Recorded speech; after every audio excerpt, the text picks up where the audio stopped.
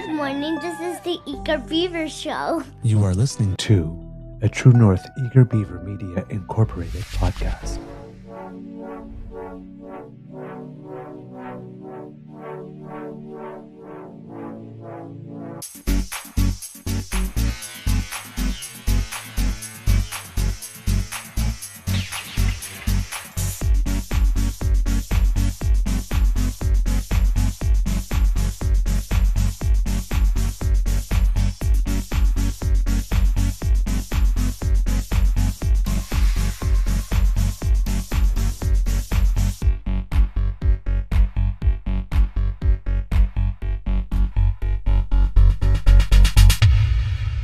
The True North Eager Beaver podcasts are proudly brought to you by our founding sponsors, the Miss V Mysteries from Corvid Moon Publishing, your source for science fiction, fantasy, and cozy mysteries featuring a broad diversity of characters.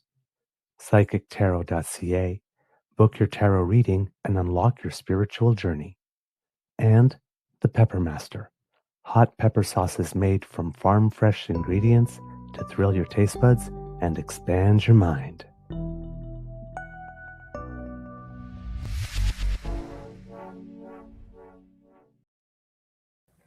Well, good morning and hello, kids and cubs, and welcome to, I don't even know why that's up there right now, Season 6 and episode number 917 of the Daily Beaver Morning Show. Oh, Canada, always 100% Canadian, and always, always, always, absolutely and completely beaverific. Today, recording day is Thursday, May 28th, 2026, and it is a gorgeous sunny day at the Beaver Lodge, as you can tell by the light on my face. I am your host, the Eager Beaver, pronouns he, him, he, Mr. Beaver A, and not with me, as usual, is my good friend, Mr. Grizzly. A big thank you goes to our podcast founding sponsors, the Pepper Master, the Miss V Mysteries from Corvid Moon Publishing, and PsychicTarot.ca. Kids and cubs, how is your mental health doing today? I am, oh boy, I'm tired. I'm tired. I've not been sleeping well since we started painting. Um, s- Fumes a little bit. We've been trying to sleep, of course, with the windows open to deal with that, which, of course, has been letting some of the humidity in, and I can't sleep when that happens. So I have not had a good night's sleep in about 2 weeks. Hopefully, today is the final day. We will have someone in the house painting, at least for now. We will still have the two bedrooms to do at some other point. But we have to fix something in the ceiling in one of the bedrooms.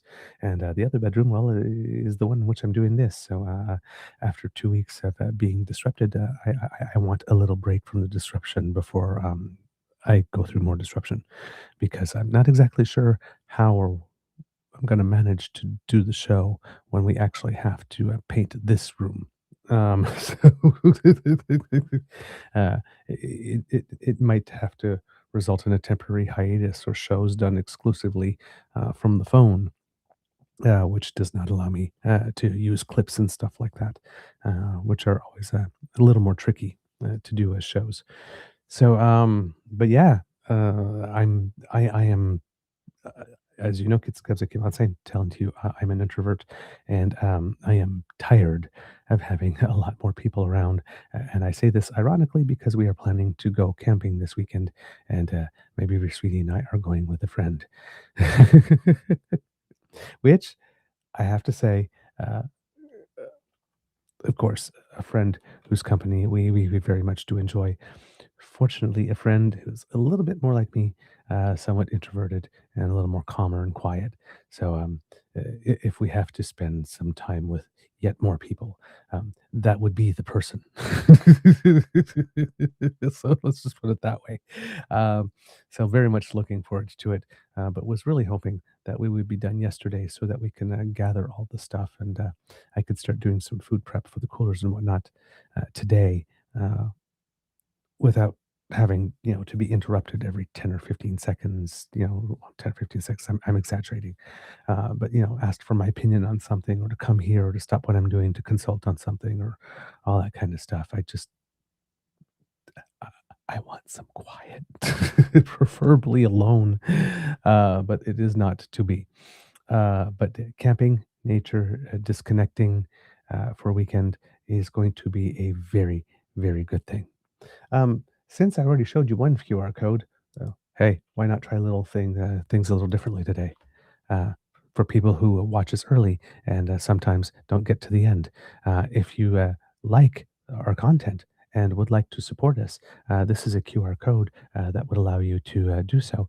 We have the Eager Beaver Lodge's Emergency Hydration Fund, we call it, where we try to keep your favorite beaver nice and moist because a moist beaver is a happy beaver. So if you like what we do and would like to encourage us to do a little more, just scan that QR code. And if you would like to buy Mr. Grizzly a cup of hot coffee or me a cup of hot chocolate to say add a beaver, add a grizzly. We would really appreciate that, particularly in this age where it seems that we are being throttled and we are still being throttled. Unfortunately, it does not seem that it has ended. Again, our shows are not picking up the amount of views that they used to have. And Twitter keeps on changing the rules every single day. Apparently, today we hit our daily posting limit within between 6 and 6:30 this morning. Half an hour. Apparently, our daily posting limit now is at 12 tweets. It would seem. However, I tried to post this show, and it went about an hour and a half later. So it would seem, doing more research, that there are some post limits. It says that there's a 2,400 post per day count limit. I do not know who hits that unless they're using automated stuff for managing many accounts from one, which includes retweets. There's something else that says, though, that there's a 400 um, post limit for something else. I don't know what. But apparently, when you reach your post limit, it says, well, subscribe to us for like $29 a month and you'll be able to post more, but they don't tell you how much more. And it seems that not only are there post limits per day, but there are post limits per periods of time. And that's where it affects us because let's say we have 1 hour a day to dedicate to our Twitter feed to get all of our tweeting done, with copy and pastes and schedules and whatnot and just simple retweets.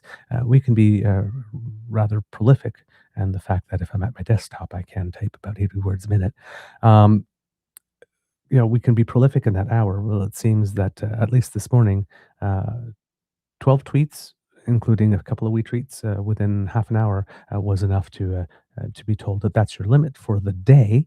Uh, but yet, uh, an hour and a half later, we were able to post at least the tweet for the show so that people could find us.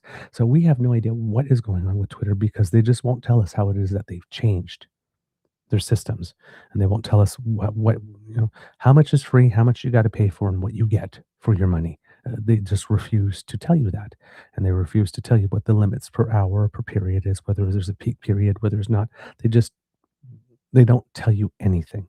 So I do not know how anybody can plan. I'm a planner, so just let me know what the boundaries of the sound box are, and I will play within them. But they keep changing and they won't tell us what they are, so we have no idea what to do. It just really seems that Twitter has been dedicated to trying to kill every single business that operates on it unless you actually pay them. It seems to be turning into an extortion racket, which, unsurprising considering the players involved, but frick. It's amazing how, like, I should say it's amazing because we're seeing it with Donald Trump. It's just like one freaking person can come along and destroy uh, on a whim things that you've invested 6 years in. 6 years to try to build an audience, and that's just Twitter. I mean, we've been doing this for a while now. We've been doing this since Harper's majority since we started the blog. So I mean, it's while our show's presence on Twitter is only as old as the show itself because we were just a blog and we were never using Twitter to promote our blog. Um, but we started using Twitter to try and promote our shows. Um, if you count back, we're looking at, 12, 13 years of work, and like overnight Twitter can just say, yeah, those 12, 13 years you invested into developing a brand. Yeah, we're just going to kill that. Boom. Again, if this was not a passion project, that, I would be financing anyway, like we did when we started it, um, we'd be out of business. We'd be out of business. What's happened over the past month and a half would have completely shut us down. There are probably a lot of people, voices that a lot of people were listening to, that have been completely shut down as a result of what's going on. But they are just literally destroying people's businesses because they can. It's Yeah, I know, Gitmo. It's not just one person. It's a concentrated effort by more than just one. I keep on stumbling across videos, and like, I stumbled across a video. Kit Tavi sent it to me about an account in the United States space that has over 1 million followers. And I'm sure that they actually have staff and people that they employ and whatnot to get the news out. They got this glossy studio. They got well produced stuff. It's not one person, talking to a camera like me trying to produce their own stuff on the fly. They've got people back there. I'm sure these people are paid, people to help promote it, and they say like we can maybe continue on like like this for like a month, 2 or 3, but after that, right? So people that are way more successful than us can see the case, how their business could completely fall apart really quickly if this continues. Um, so yeah, when you add it, to the fact, things that we're seeing, Colbert being pulled off the air for allegedly purely financial reasons, and every time that they go after Kimmel, and what's been done to Voice of America in the States, and what's been done to PBS, what's been done to NPR, um, and what's happening to CBS. Oh my God. Uh, and we have conservatives here, every single opportunity they get, trying to link everything to CBC and cancel and defund and whatnot. The CBC is there's clearly a push for there to be only one voice out there, just one. And uh, those who control the platforms um, appear appear at the moment to be agreeing with the fact that there should only be one voice. And yeah, it's it's really discouraging. you know, it's I'm I want to say it's not I'm not a revolutionary. I'm not trying to change the world. And well, I mean, I guess I'm not a revolutionary. At least I don't think I'm a revolutionary. I'm just some guy that has some critical thinking skills, who happens to love my country and be fascinated with politics. The potential for the good it can do. And the strategy that goes into the parry and thrust of it. But we're with the dedicated effort to make politics as so toxic that nobody wants to participate in it. Um, it's and to just suppress any voice that is not the one that is approved of. It's it's easily discouraging. I mean, that again, that is the goal. That's the strategy for us to get discouraged, throw our hands up and say, well, what's the point? And then just give up. And then, we abandon the complete public square to those who are trying to force us out. So, I mean, the showing up every day and, financing it anyway, even if it's at a loss and whatnot, those become, I guess, revolutionary acts of resistance, if you want to romanticize it. But I'm literally just a guy, you know, in a spare bedroom that's doubling as an office, just trying to share my take on the world, not necessarily trying to convince anyone, but, or convert anyone, but just sharing my opinion, hopefully, having some intelligent exchanges with people that either share it or people that disagree, but still intelligent exchanges, because, when you have an intelligent exchange with someone with whom you disagree, you can learn a few things. Um, or see where you have a blind spot, or realize that there's a hole in your argument, and then work to shore it up. And it makes you better.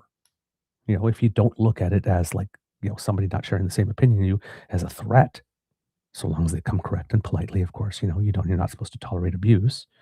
Um, that's not a threat, it's a gift, right? It's an opportunity to test what it is you believe, and if you're having a good exchange, the person will also test why it is you believe what you believe. It's important to not only know what you believe, but why you believe it. That's how you can defend your beliefs, but that's also you can, when you come across a new piece of information, that's, you can verify and doesn't fit in with the why you believe things, you decide to take that piece of information in and slightly alter what you believe. So to bring that in and fit it in and still be, consistent with reality rather than remaining consistent with your original belief. Being challenged is a gift. Confrontation is not necessarily a bad thing, right? If I want one thing and you want one thing and we both can't have what we want, well, then we compromise and hey, maybe we even create a new thing that's even better, right? It's not necessarily bad. Right? There's a lot of people that are afraid of that stuff. I mean, I don't suffer fools lightly, and I don't like it when people waste my time. And I'm very able to end conversations like this is clearly not going to be a serious exchange. Or sorry, it appears you wish to monologue and not actually have a conversation. So I will let you do that, and you enjoy that, and I'll go do all my thing somewhere else. Actually, try to have an exchange with someone, but. If the platforms that we're supposed to be using to communicate with each other are not actually allowing us to communicate, at one point you wonder what the point is. So, I said, trying to share information, you know, trying to promote some discussion, trying to create a little bit of community, particularly online where things are negative, trying to create a little bit of toxicity, trying to have a little fun along the way, a little sass, that kind of stuff. But, just not on a mission to go out there and change the world. Right? It's like this show should not be a threat to anyone. It's like 30,000 followers on YouTube. We're not about to change policy here, right? So or take the country in a wild direction that a lot of powerful people don't want to go in. I mean, we just do not have that power. So I'm very confused. I'm very confused by all that's going on, and I am disconcerted. I am a little angry because um, I get a lot out of this too, right? It's not just given. I get a lot out of this. I mean, it's I joke, but I mean, it's not a joke. You're like my orange juice, with breakfast. My daily vitamin C, you know uh, s- my 13 essential vitamins and nutrients that I need to get through the day. And um, it just feels like this, whatever this is, wants to come into even the tiniest communities to disrupt them. And I just don't understand why we just can't live and let live. You know, um, if people come to this show and don't like what they hear and don't like what they see, they're free to leave. We're not for you. We're not going to think any less of you. It's just we're not for you. There's, I just don't understand the reason when people come in and see something and see something is not for them, that to feel the need to campaign that nobody else can have it either.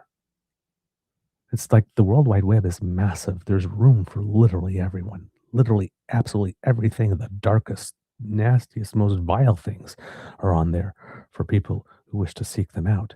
And not exactly my cup of tea, but it's out there. There's like literally no need to want to shut someone down. You can find someone if you want an echo chamber.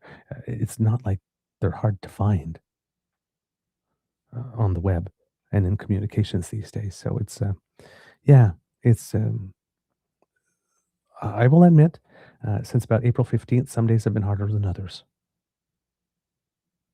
right? Because it's the same amount of work for us, as in when we see things, again, not tons of views, but when we see shows that used to get like 700 and 800 views, after a couple of days, and we see other shows that they're up for 2 weeks and they've barely cracked 200.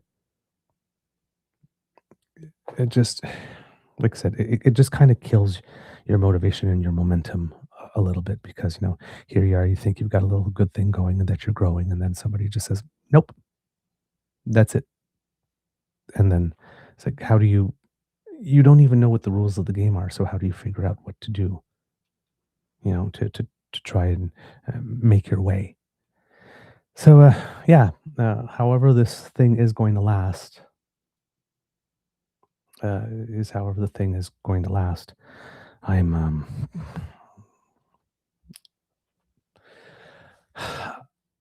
put my head down and continue on and try to do my best. But this is not fun. The part trying to figure out how to just remain in contact with the people that I have already established a connection with. Um, if the limit was that you can't get anybody new, that would be terrible. But at least I'd have what I have,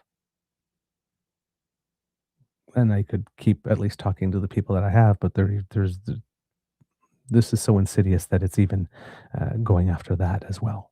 So, um, so yeah, my mental health is, like I said, trying to remain positive today. But I'm a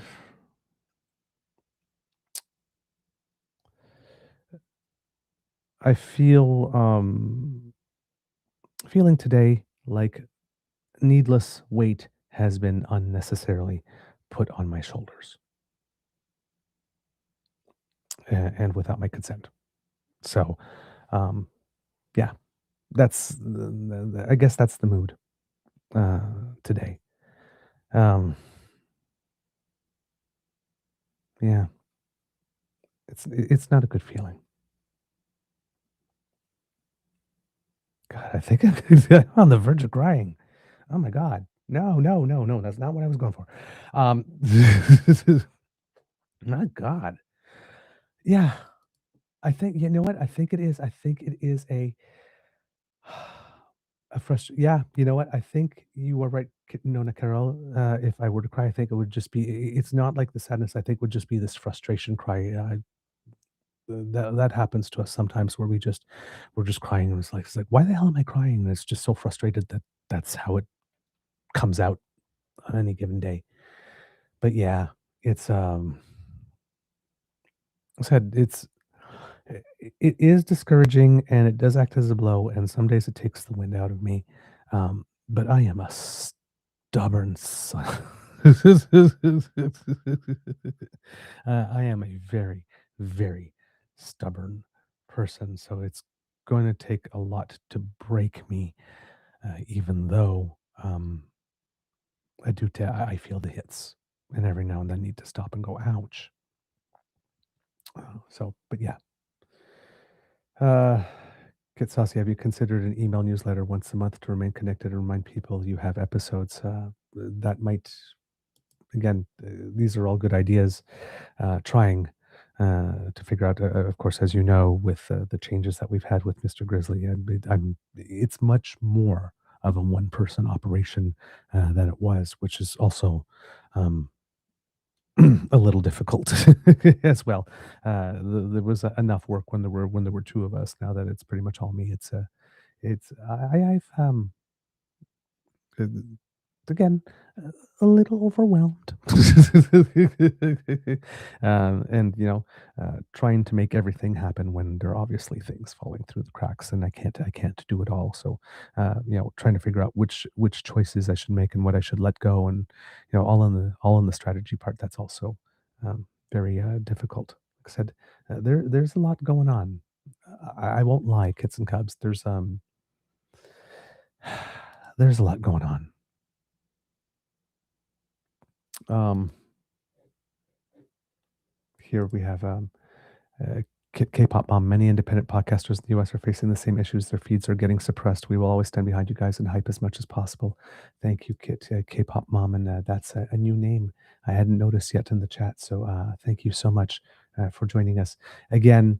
Um, uh, remember it's share the content. Now we each the audience have to help become the network. So just again, on your social, share,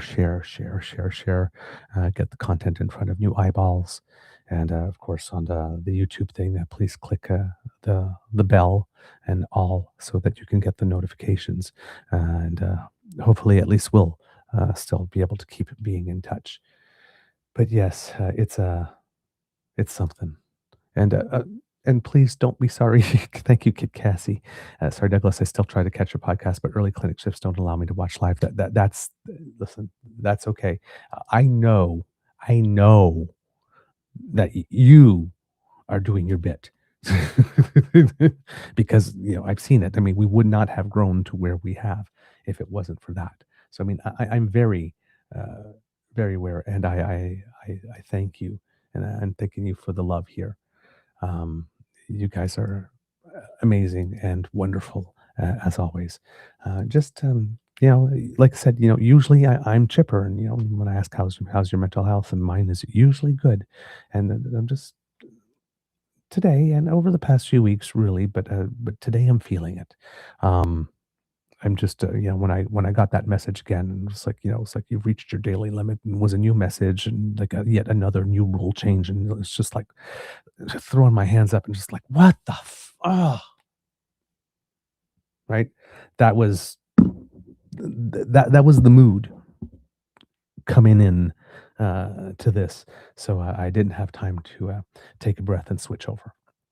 So, thank you for listening. Thank you for understanding. I know that you are aware of what's going on, but every now and then you just gotta quietly and calmly speak the truth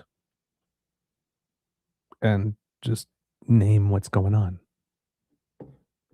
Speaking of that, we've had a certain number of people doing that lately. Yesterday, we spoke of Premier Bob Canoe, who quietly and calmly, which made it extremely loud and gave it a lot of weight, which is ironic, but quietly and calmly um, stated the truth that Danielle Smith was incorrect. And again, the specific statement was, "We, I think we know that that's not correct," uh, implying that Danielle Smith, girl, you lying. I know you lying. You know you're lying. We talked about this several times. There is no reason for you to be pretending that you are confused about this anymore. And yet, despite the fact that we've talked about it, here you are at the table with me sitting here, and you still lying. So I am going to interrupt this pattern because we need more pattern interrupters nowadays. Because the media was just going to allow her to stay that line, move on to the next question. So Mr. Canoe came in and interrupted the pattern of letting people spew absolute and utter BS and things that are untrue and call them out on that, teaching us all how to do it calmly and with class, yet firmly, teaching journalists, hey, journalists, is it not your responsibility to get to the truth and to know what the truth is? And when you have someone obviously BSing you or gaslighting you, just calmly picking up the mic and say, "I'm sorry, that's not going to work here. We both know that's not true. Here's what the truth is. Would you like a second chance at answering the question now?"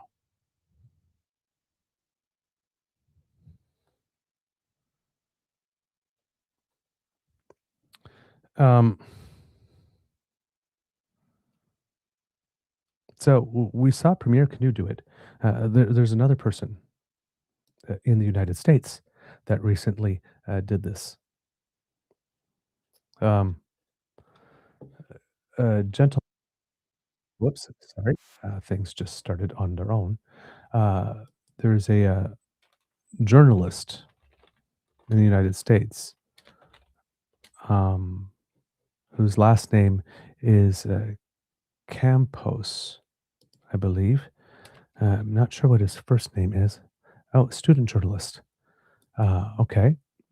Whose name is Santiago Campos, who received a scholarship.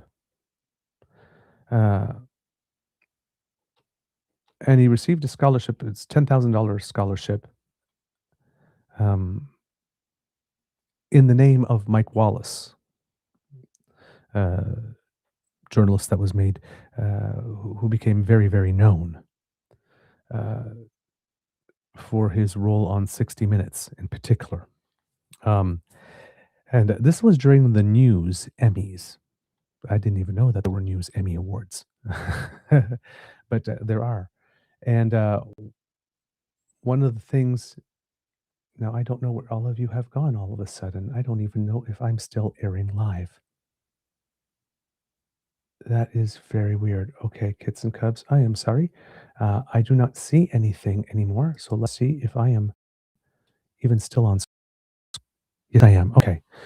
The whole thing just disappeared. So okay, at least I'm still on screen. So he received this award, $10,000 scholarship, and got on stage and decided to share a few words.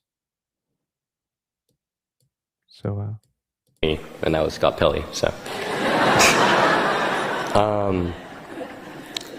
first and foremost, I want to thank the Natus Foundation for this award.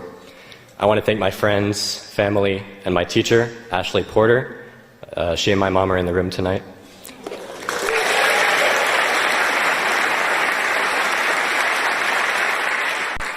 I want to thank them for the resources and the support that I wouldn't be here without. And while I want to thank CBS News for funding this generous gift towards my education, I want to also acknowledge how the recent direction of the outlet stains the legacy of Mike Wallace, the namesake of this scholarship. As corporate elites take hold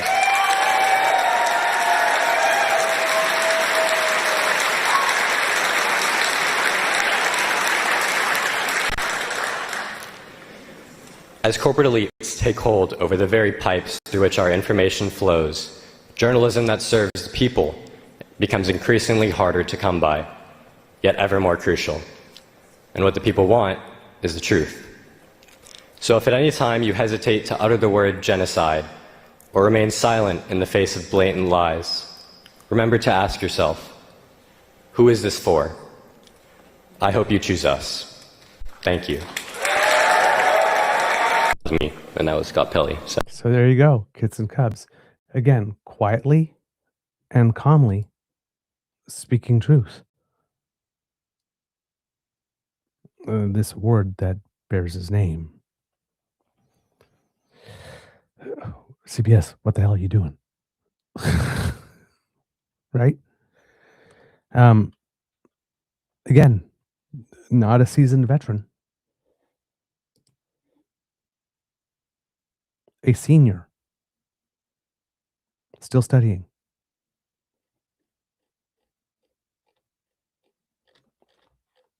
Already knows to calmly speak truth to power. Another person who did that yesterday was Mr. Steven Guilbeault, who did announce that he would be stepping down from politics eventually.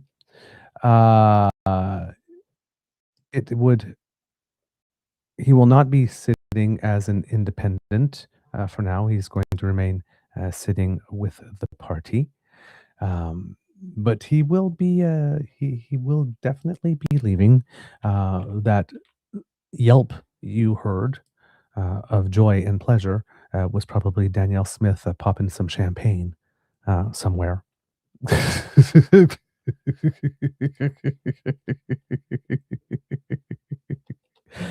In Alberta.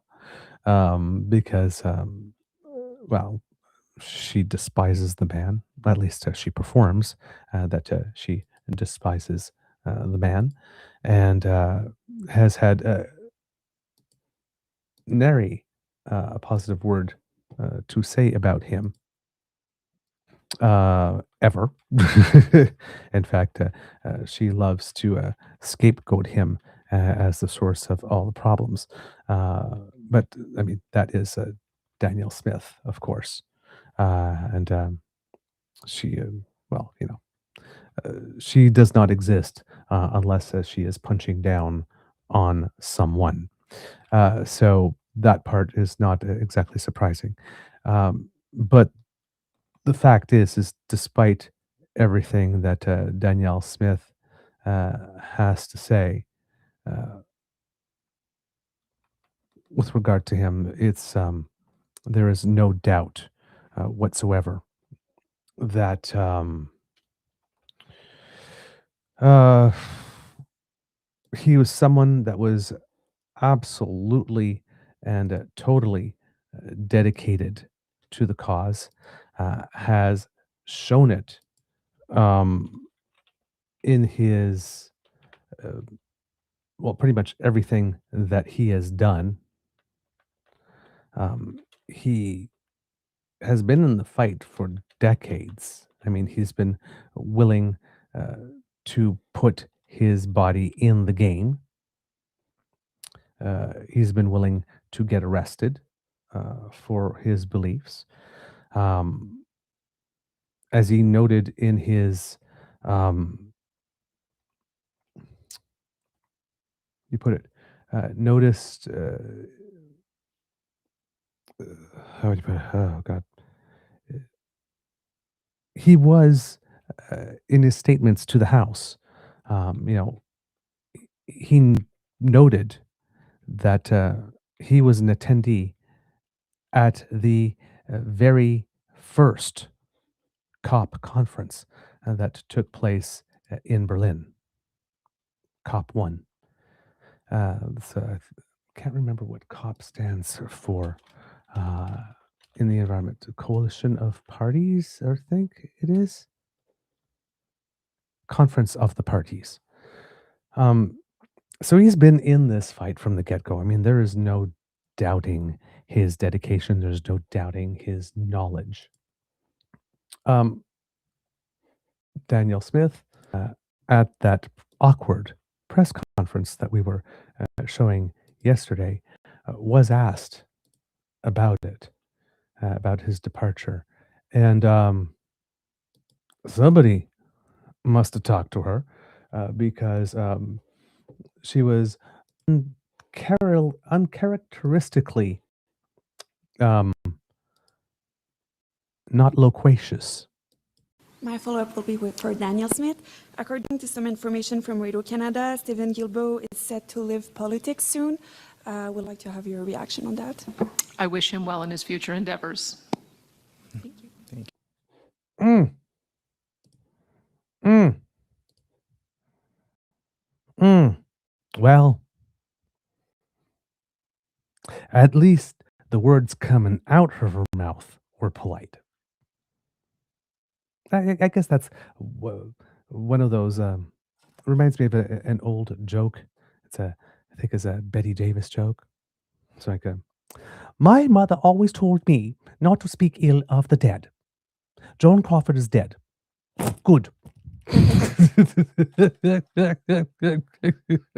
Right.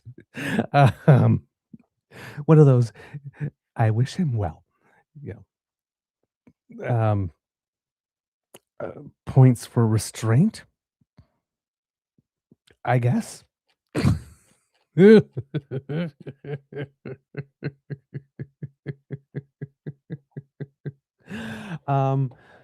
But obviously, that restraint was far from universal because we had Andrew Scheer, and again, whenever I think of Andrew Scheer now, I cannot think of anything else than what Bruce Anderson I'm not sure if he's still a pollster, had to say and has to say about him when he appears on the bridge with Peter Mansbridge. And it's putting Andrew Scheer out there is the single biggest mistake that Pierre Poilievre makes every single day. Chef's kiss. Andrew Scheer yesterday, because, given how warm and allegedly devout he is, gave us. If we asked Andrew Scheer, what would Jesus do on the day that you find that someone you consider to be political opponent has announced that they're retiring, or that they will be retiring, but they haven't left the house yet and they won't leave for some time yet. Apparently, Andrew Scheer believes that this is the appropriate way to mark that type of event. Probably not going to be extremely clear here. I'm trying to put it up. Let's see if I can make it a little larger and what that looks like for you here. That's a little better. Steven Guilbeault announced his retirement today. While I have a certain level of respect for anyone who puts their name on the ballot, make the bar so low. I could never respect the damaging policies he imposed on Canadians. The good news for Guilbeault's legacy is bad news for Canadians. Here's why. Carney is keeping Guilbeault's no more pipeline bill on the books. Carney is keeping the industrial carbon tax and hiking it. Carney is keeping the radical EV mandate, making almost all gas and diesel cars illegal by 2040. Carney is keeping the West Coast shipping ban, blocking Canadian energy exports. Carney is keeping the net zero policies in place. In his book called Values, Carney supported all of Guilbeault's radical policies to leave oil and gas in the ground. So as Guilbeault leaves Ottawa, he could take personal comfort knowing that Carney is keeping all the anti-development high energy cost policies in place. The guy hasn't even left the legislature yet.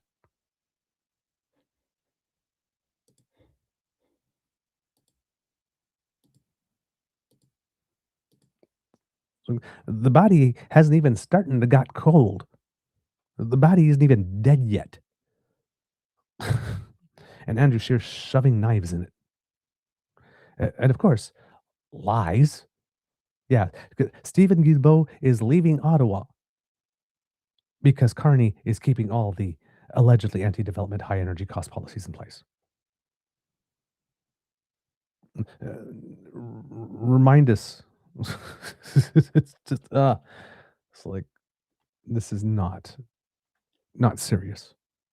Clearly, not a serious comment. So Steven Guilbeault, of course, leaving with class, and conservatives showing us how to be an ass. Just incapable to be gracious.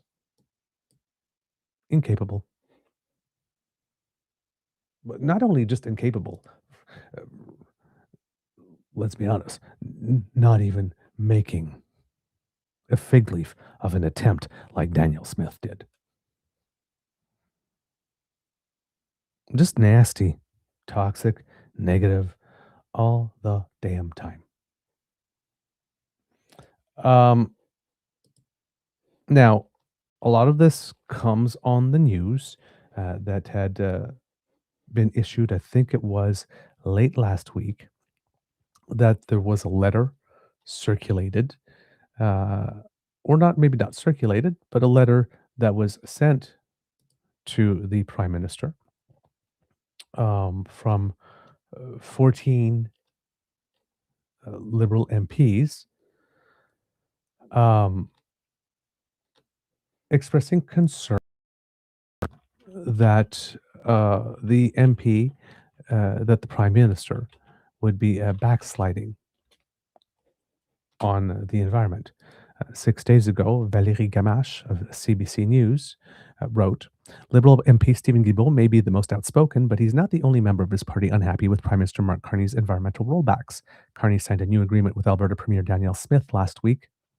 Again, this is a little more than last week, but last week at the time the article was written, that could see an oil pipeline to the West Coast start as early as September 2027. It also includes a plan to increase Alberta's industrial carbon price, though at a slower pace than previously projected. 14 Liberal MPs sent a letter to the Prime Minister at the end of April before the agreement with the Alberta government was even signed to offer some recommendations, but to also expressed their unease with the situation. Despite signing their names at the bottom of the letter, the MPs do not want to be publicly identified, stating that their approach is intended to be constructive and respectful. Quote, "We remain deeply concerned that government's credibility will be seriously compromised," said the signatories of the letter, which was obtained by Radio-Canada. So again, disagreement, but not dissent. The approach is intended to be constructive and respectful, not to blow everything up. The 14 MPs come from across the country, including Quebec and British Columbia. Specifically in response to the concessions being granted to Alberta, the elected officials reiterated the importance of, quote, supporting the clean electricity regulations, and more generally, they emphasized that climate change remains the greatest threat of our time. At the time of writing, the Prime Minister's office had not responded to a request for comment. The Bloc Québécois is aiming to use the few remaining weeks of the parliamentary sitting before the summer recess to convince Liberals who are sensitive to climate issues to speak out. Quote, "We will use all the parliamentary tools at our disposal to make the voices of those who haven't disappeared, who remain concerned about the climate crisis, heard," Bloc MP Patrick Bonin said in a French interview. So far, only Guilbeault, who has left Carney's cabinet after the initial MOU Carney and Smith signed last fall, has publicly voiced his criticism of Carney's most recent proposals to weaken environmental regulations in order to attract an investor for a potential pipeline in Alberta. But Bonet says he hopes more Liberals come forward publicly. Quote, "We obviously hope that there are people within the Liberals who will stand up and say, no, you were not elected on a platform that is essentially the agenda of the oil and gas companies, which is currently being implemented," the Bloc environment critic said. So on that front, Guilbeault mentioned yesterday that he does believe that Canada is backsliding on this. This, according to David Thurton of CBC. Ex-Environment Minister Steven Guilbeault says Canada is backsliding on climate action as he announced Wednesday that he is leaving his job as MP. In a candid interview with CBC's Power and Politics, Guilbeault elaborated on why he decided to leave, how the Alberta energy deal impacted his decision, and why it could further fan the flames of separation in Quebec.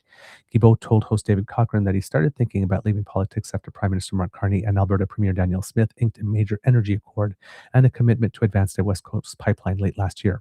At the time, he took the drastic step of resigning from cabinet, but remained in the Liberal caucus. Guilbeault stuck with the party, he said, because he wanted to see if the Alberta Memorandum of Understanding could be salvaged and if he could make change outside cabinet and inside the caucus. Reflecting on those 6 months sitting on the Liberal backbenches, Guilbeault said he was able to influence several initiatives. He cited the Carney government's enhanced nature strategy and the $5.3 billion commitment to international climate financial assistance at a time when other wealthy countries were backing away from the policy. But he said the continuing Alberta energy negotiations did not sit well with him and that he wasn't alone in that sentiment. On Wednesday, Guilbeault told his party and the Montreal constituents that he's resigning as an MP because he intends to take his fight for the environment outside of government.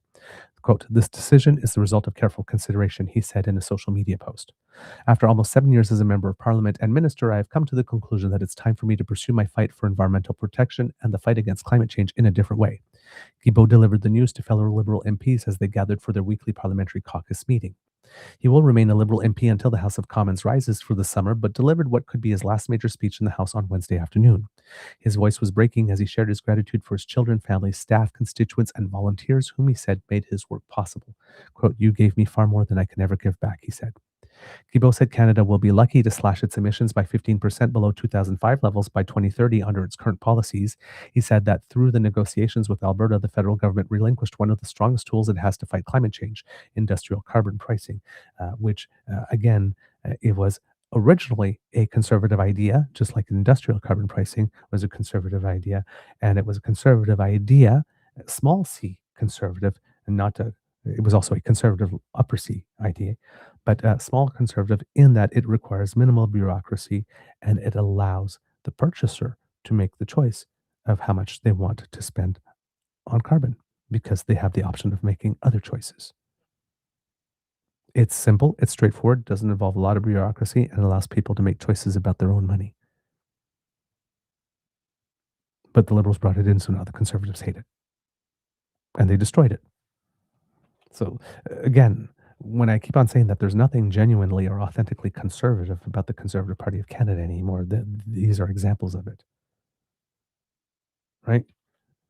Again, when they started to smear the Aga Khan and David Johnston and even Mark Carney at the beginning, when all of these people were people that they elevated. Right? Being a conservative, capital C, today in 2026, particularly if you're in the actual party, means that there is nobody that you have approved of before that you are not willing to throw under the bus today. Quote, with last week's agreement with Alberta, we postponed by 10 years the level of ambition we had for industrial carbon pricing, Guilbeault said. When he was Environment Minister, Guilbeault renegotiated a new carbon pricing system in Alberta, but Smith never implemented it. Quote, I'm skeptical that she will this time around. She has not proven to be a reliable partner on these issues, he said. And again, he said that so calmly and plainly that the impact of it hit, because we know she's not a reliable partner on these issues. And she's going to sit there and goes, I can't believe that he said that. No, no, no. Really? Because the separatists right now are trying to get you turfed out of your position, even though you've bent over backwards for them, because they feel that you aren't a reliable partner to them. The people who allegedly got you the job that you have and for whom you are willing to torch Canada now think that you are an unreliable partner. So please do not pretend to get offended that Steven Guilbeault stated that which the people you're bending over backward for are also stating. I mean, come on. She's not a reliable partner. Before the interview with Power and Politics wrapped up, Guilbeault laid into the argument the Alberta deal was necessary to dampen growing sentiments that the province should leave Canada. Quote, what we are doing right now is we are rewarding bad behavior, he said. I am hoping that what we are doing in Alberta won't have some effect to encourage separatist movement in Quebec. Guilbeault added, this is something that the federal government should keep in mind. Prime Minister Carney thanked Guilbeault for his contributions, listing his efforts to protect the environment and other accomplishments while in government. Quote, he helped establish the 2022 Kunming-Montreal Global Biodiversity Framework to protect 30% of Canada's lands and waters, implemented Canada's first emissions reduction plan, and championed landmark efforts to protect Canadian culture and identity, including establishing the National Day for Truth and Reconciliation, Carney said in a statement. Liberals over the last 24 hours acknowledged how much of a loss the departure was. Quote, I would be sad to see him go, said Jaime Baptiste, a Nova Scotia Liberal MP. But Baptiste and other MPs brushed aside questions about whether Wednesday's exit was a sign that the Liberal tent could no longer accommodate climate activists like Guilbeault. Quote, I don't believe that is the case. I believe you have the ability to walk into that caucus, go to the mic and speak about anything, he said. I would reject any premise that Guilbeault doesn't have the ability to be heard. The Liberals under Carney have repealed the consumer carbon tax, eliminated the EV sales mandate that Andrew Scheer just said in his tweet still exists, signaled the end of the oil and gas emissions cap, and reversed the Liberal promise to end fossil fuel subsidies, which they never acted on, of course, as I mentioned before. Take all of this together and you'll see a constant effort to roll back environmental protections and climate action, said Green Party leader Elizabeth May, who was referring to the recent proposed changes to environmental reviews. No wonder Steven Guilbeault is leaving this place. I'm heartbroken that he is. While speaking with reporters, Carney left the door open to working with Guilbeault in some capacity. The Prime Minister also defended his government's effort to protect the environment, saying in French that Canada is protecting nature while advancing international climate finance. Yes, but what about GHGs? Guilbeault is not the only Liberal who is uncomfortable with the direction Carney has taken the country's climate policies. 14 Liberal MPs penned a letter to Carney, raising concerns over what they see as an environmental backslide. Despite signing their names at the bottom of the letter, the MPs do not want to be publicly identified, again stating that their approach is intended to be constructive and respectful. In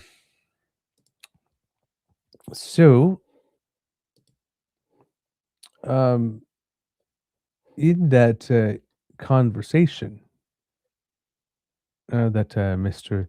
Guilbeault had, I'm not sure if it was if the one I saw was with yes, it was with Power and Politics. I wasn't sure if it was Power and Politics or CTV's Power Play, but it was the Power and Politics one. I'm going to have his exchange with David Cochrane here.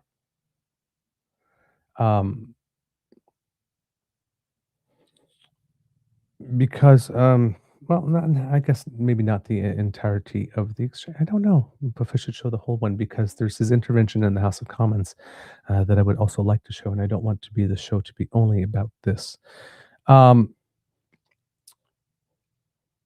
He did mention certain things that were very interesting. One of them had to do indeed with that deal with Danielle, um, where he says this here. Hopefully, I find the timestamp. Should be right about here. This is something I did not know. I learned yesterday by watching this clip. But apparently, there was an agreement that he had struck with Danielle Smith along the way. She had said yes to this. Danielle Smith would probably never admit this publicly, but when I was environment minister, I renegotiated with her a more stringent carbon pricing system in Alberta. She never implemented it. And we came to that, we started seeing that in late 2024.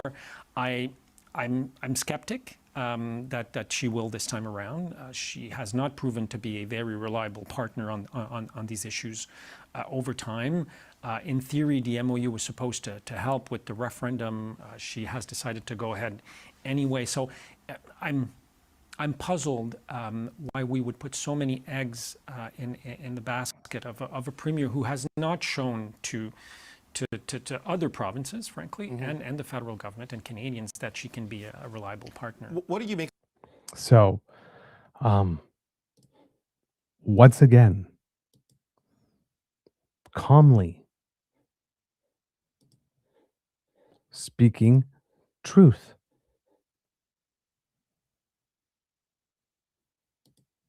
Danielle Smith is not a reliable partner. We had a deal and an agreement. And when it came time to implement it, she didn't.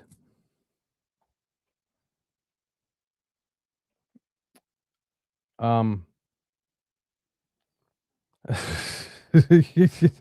mean, you can't get any more clear than that. Markham Hislop, also of Energy Media, made a comment similar to that about Danielle Smith, which I'm not sure.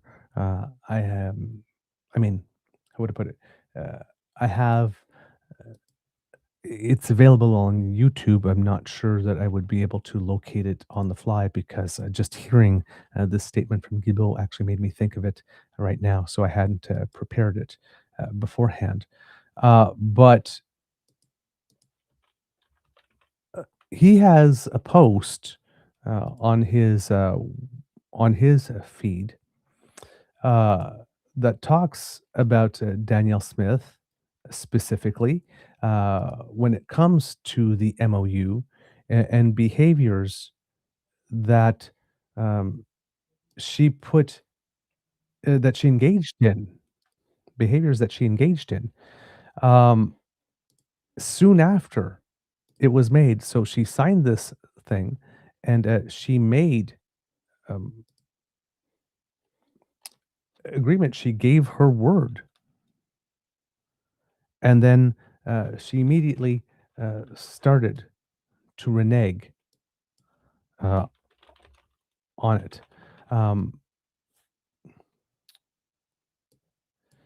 Let's see. Part of the things was about the carbon markets that she said the prime minister is trying to shore up at the moment by making sure that there is a basement price, not a basement, a minimum price that is going to take place because that's one of these things that are supposed to be embedded in this, right? The no pathways, no pipeline, no pipeline, no pathways. We were being told about that. But the way that this deal is structured, the pipeline will get the okay to start being built before pathways is the thing. So, what guarantee is there that the pathways thing will actually ever happen? If the pipeline is built and ready to be operational before the pathways project is complete, then what guarantee is there for those of us who really care about climate that um, the pathways thing is ever going to happen? What stops Danielle Smith from saying, want an ice cream? Psych. On that. And that part is a little um, confusing for us. So hopefully, um, I'm able to find I found the video that I'm looking for. Not sure that I found the section yet in it where Mr. Hislop speaks about that. But yes, Daniel Smith, not a reliable partner. And the fact that she called the referendum, thus torching the agreement, has not at all, um, is not at all the only time in this thing that she has shown that she is not a reliable partner in any way, shape, or form. And that's not good for us. And it again leads us back to what it is that we are saying and what we believe that Daniel Smith, uh, just like Trump, um, is has only one loyalty, and that is to herself, first and foremost. And if you look at the things that she says over time in the context of someone that is only loyal to themselves, um, a lot of the things that she does actually start to make sense. So I think I have the part here um, that is relevant to how duplicitous Danielle has been on the pipeline. Here's Markham Hislop from Energy Media talking about the ways that as soon as she put her signature on it, Danielle Smith then started to try to undermine the agreement. Could government still force this project into existence? Absolutely. The Trudeau government effectively nationalized TMX after American pipeline company Kinder Morgan walked away. So there is clearly precedent for another publicly backed pipeline. But that raises an uncomfortable question. If private capital doesn't want the project, why should taxpayers? And that question becomes even more important once you look at the second major pillar of this political bargain, the Pathways Carbon Capture Project. This is where the story gets really interesting, because buried inside the agreements between Ottawa and Alberta is an extraordinary condition. The pipeline and the Pathways Carbon Capture Project are supposed to be mutually dependent. No Pathways project, no pipeline. That's the political trade. Ottawa gets emissions reductions, Alberta gets export infrastructure, at least in theory. But there's a major problem. The economics and performance of large-scale carbon capture remain deeply uncertain. Around the world, carbon capture projects have consistently struggled with cost overruns, underperformance, and deployment challenges. And the Pathways proposal itself is staggeringly expensive. Initial estimates suggested roughly $75 billion in total decarbonization costs, with governments potentially covering something like $50 billion through subsidies, tax credits, royalty incentives, and other carbon contracts for difference. That is an enormous public commitment, especially when the emissions math itself remains questionable. Because even if Pathways reduces oil sands emissions by roughly 16 megatons annually, expanding production by more than 1 million barrels per day could overwhelm much of that reduction, if not all of it. In other words, Canada would spend tens of billions of dollars subsidizing carbon capture while still increasing absolute emissions overall. Now, politically, Carney and Smith both need this bargain to work. Too much political capital is invested, which is why I suspect the rules may eventually change. And you can already see the narrative beginning to shift. Some industry voices are now quietly floating a different idea. Forget the carbon capture project altogether and redirect the subsidies toward pipeline construction itself. Honestly, that wouldn't surprise me at all, because the underlying objective increasingly appears to be transferring as much infrastructure risk as possible from private industry onto taxpayers. Then there's British Columbia. This issue is far from resolved. The Federal Oil Tanker Moratorium Act still effectively blocks large crude tankers from operating on BC's northern coast. That matters because Prince Rupert is widely viewed as the commercially attractive export route to Asia. Shorter shipping distances, better economics, better access to Pacific markets. But BC Premier David Eby continues to support the tanker ban. And if that position holds, the northern route could become politically impossible. That leaves alternatives like Kitimat or southern BC routes. But those routes reopen many of the same environmental, indigenous rights, and political battles that turned TMX into a decade-long nightmare. And again, investors know this. Which brings us to what I think is the biggest issue of all: Asian demand. Because this entire strategy depends on one massive assumption: that Asian countries will continue dramatically increasing oil imports for decades into the future. All right. Obviously, not the clip that I thought it was. That was talking about how it is she undermined the pathways thing. So it must have been another year. But on that point of future demand, Mr. Hislop is making the case that that might not be there. There may not be a business case for oil, and this is not for bitumen. And this is one of the things that the conservatives keep on coming back to over and over again. Still, even conservatives that have had their faces eaten by the face-eating leopards party, still they do that. I had a little bit of an exchange yesterday with Aaron O'Toole, actually, on our platform yesterday, where he was basically saying, "Oh, look at this," based on the announcement that Germany was stating that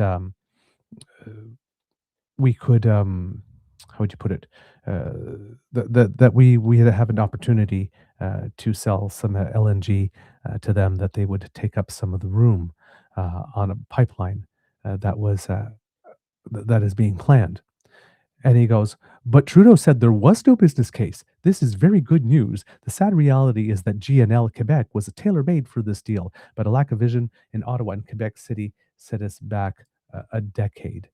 It would appear that the deal that we struck with Germany is so impressive that it even caught the attention of the New York Times, because Mr. O'Toole was citing an article from the New York Times in his thing. Now, yes, he is talking about GNL, which is supposed to be the LNG pipeline that was going to bring proposed to bring liquefied natural gas through Quebec. But his point here is that this was killed because of a lack of vision in Ottawa and Quebec City. Now, of course, Mr. O'Toole is commenting about statements made at the time. applying to the situation today. So I said, at the time, statements are made in their time. Global geopolitics have changed a lot since GNL was proposed. Taking comments made at one time and applying them to another is dishonest. You're better than that. And when Trudeau said that there was no business case, somebody made the point here that Trudeau was referring specifically to the case of East Coast LNG export and not there being no business case for a pipeline in any way, shape, or form. In August 2022, during a joint press conference with German Chancellor Olaf Scholz in Montreal amid Europe's energy crisis following Russia's invasion of Ukraine, Trudeau stated that there had never been a strong business case for LNG exports from Canada's east coast. And he highlighted the challenges that the long distance to transport natural gas by pipeline from Western Canada to an East Coast liquefaction terminal puts the high investment required and distance across the Atlantic. And apparently specific quote was that, let's see if I can get it here. No, I have the full quote specifically. Oh, that's terrible. Yeah, sorry, couldn't get the full quote. But he was always supportive of the West Coast plan, to which Erin O'Toole replied to them, "Stop, he was wrong then and you look silly," which of course is not an intelligent response. And goes, "No, Erin, silly looking would be if my first thought when Carney sings the landmark deal is how can I swipe at Trudeau?" In our exchange, I said, taking comments at one time and applying them to another is dishonest. You're better than that. It goes, nothing to do with time. The demand was there before the full invasion of Ukraine. It's more acute, but there was always a business case. If it's more acute now, then something has changed. And I said, I respectfully disagree because everything has everything to do with time because time is not constant, it changes. And demand isn't the only factor that matters in making a business case. The ability to extract, to ship it, as well as the number and the state of the political competitors, all of these things fall into place. And in 2016, we have to remember that the United States began large-scale LNG shipments and was the globe's biggest exporter by 2023, shipping 111 million tons of it by 2025, and that changed the game. We arrived to a point where we thought that the nation that was would be our biggest client ended up becoming our biggest competitor. Now, fortunately, when we decided to get into the LNG game, we did it from the West Coast, where the U.S. had no LNG presence because a lot of their stuff is around the Gulf, and why it's so much more less expensive to build pipelines over there. Well, they don't have the Rockies to cross. The United States is now trying to get in on the West Coast with something out of Alaska, I believe. So whatever LNG business case that Mr. O'Toole claims existed for Canada in 2016 or in 2014, but let's say in 2016, when we were still 9 years away from our first shipment to Asia and shareholder approval for LNG Canada only happened in 2018 after the Conservative government. Federal approval had happened in 2014, but nothing else had happened. The shareholders have to give their approval before anything serious starts, and that happened under Trudeau. Perhaps it wasn't as convincing, that business case wasn't as convincing as it is now because times have changed. To which O'Toole reported, I spoke with ambassadors from Europe on these issues in 2014. These energy securities were well known. Yeah. And with all due respect, I'm having a hard time believing that in 2014, it was well known that in 2026, we'd have war in Ukraine, sanctioned Russian oil, Venezuela taken over by the United States, Hormuz blockaded, and damage operations of the Gulf Arab states simultaneously. Things have changed. But why stick to 2014? From 2006 to 2015, when you were in government, Mr. O'Toole, Prime Minister Harper told us that the business case was good enough for 5 LNG pipeline projects. 5 of them.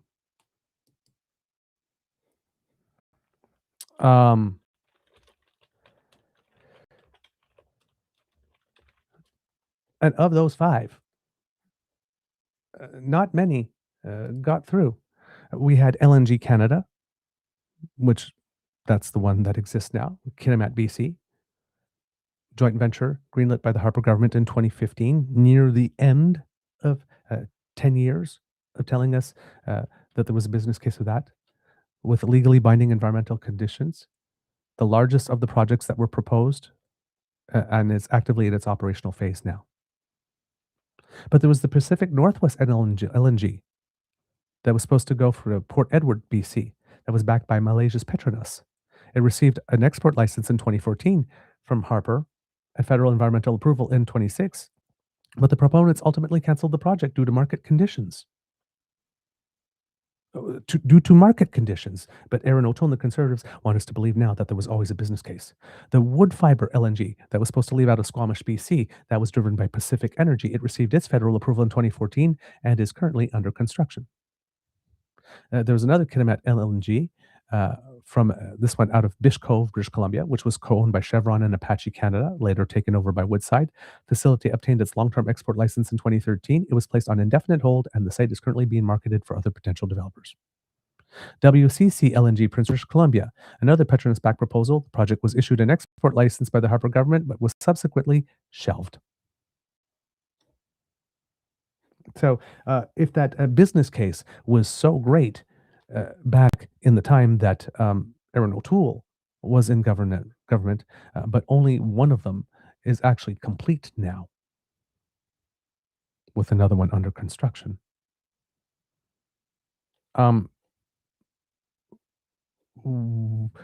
Does this indicate that the Harper government also suffered from a serious lack of vision because they too couldn't get it done? At least under the Trudeau area, again, the LNG project itself, LNG Canada project, was indeed completed. The shareholder permit was received in 2018. Apparently, we're supposed to believe that Trudeau so destroyed the climate for investment that 2 years after him being in power, shareholders agreed that LNG Canada was still a good idea. And he got the first bitumen pipeline to the West Coast since the days of Louis Saint Laurent built.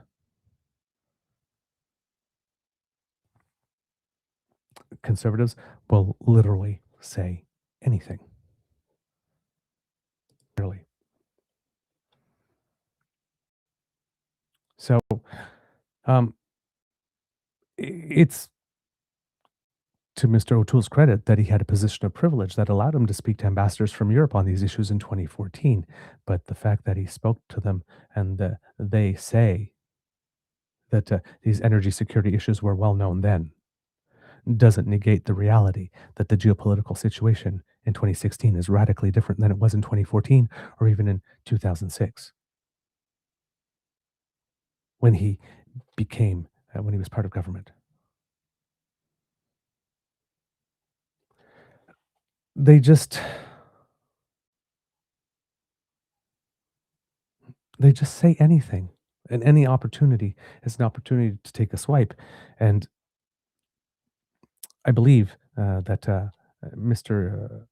O'Toole is better than this. And I said so, and somebody said, no, he's not. And I said, no, yes, he is. That's why I'm engaging him, and I'm kind of disappointed in this comment, because I know he's better than this. I believe him to be better than this.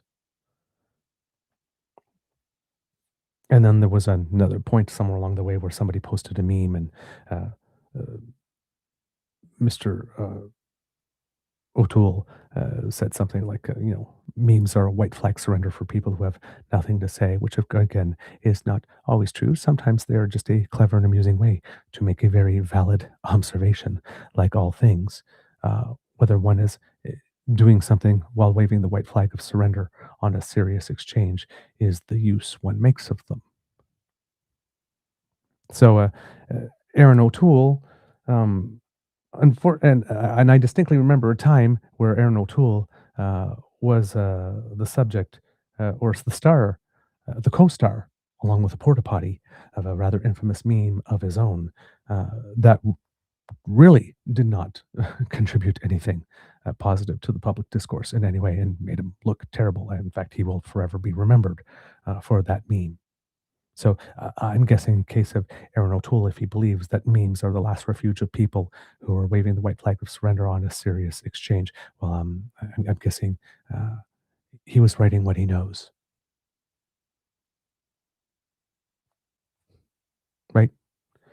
Um, but yeah, again, just a lack of class. A lack of class. We signed a deal. We signed a great deal. We signed a deal at a very key moment. And the conservative response is, see, if you can sign this deal, then all the other deals that were never signed. Nyeh, nyeh, nyeh, nyeh. There was a business case for those too. Nyeh, nyeh, nyeh, nyeh, nyeh. It's all your fault. Lack of vision. Trudeau, Trudeau, Trudeau. They just can't quit him. So, you didn't get it done. See, these criticisms from the conservatives would have much more weight if during the decade they were in power, they would have gotten something done. But they didn't. They got less done.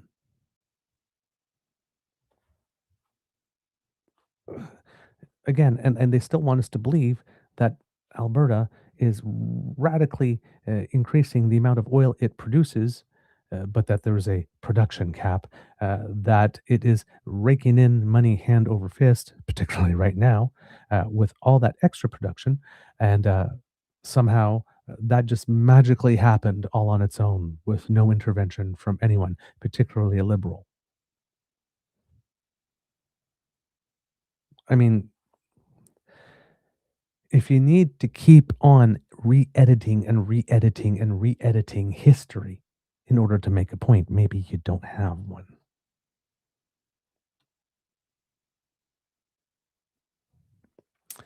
Um, yeah, Kit Pete. I think he's confusing memes for insults. Yeah, indeed. Good point. I think we get royalties on the Trans Mountain Pipeline. Yes, I looked into that. Apparently, I think it was last year or in 2025. Yeah, 2025, I think it is. With all things counted, not only royalties, but extra tax revenue and all that kind of stuff from all that. I think Canada brought in, I think, $1.7 million on the royalties and an extra like 1.7 billion, sorry, and an extra 5 billion. So, in like taxes and other types of fees as the operation of that. In fact, it seems that the TMX pipeline, that yes, we bought for 4.5 billion and ended up costing 34 billion to finish it. Of course, we were trying to finish it during COVID when things were particularly expensive and we had labor shortages. That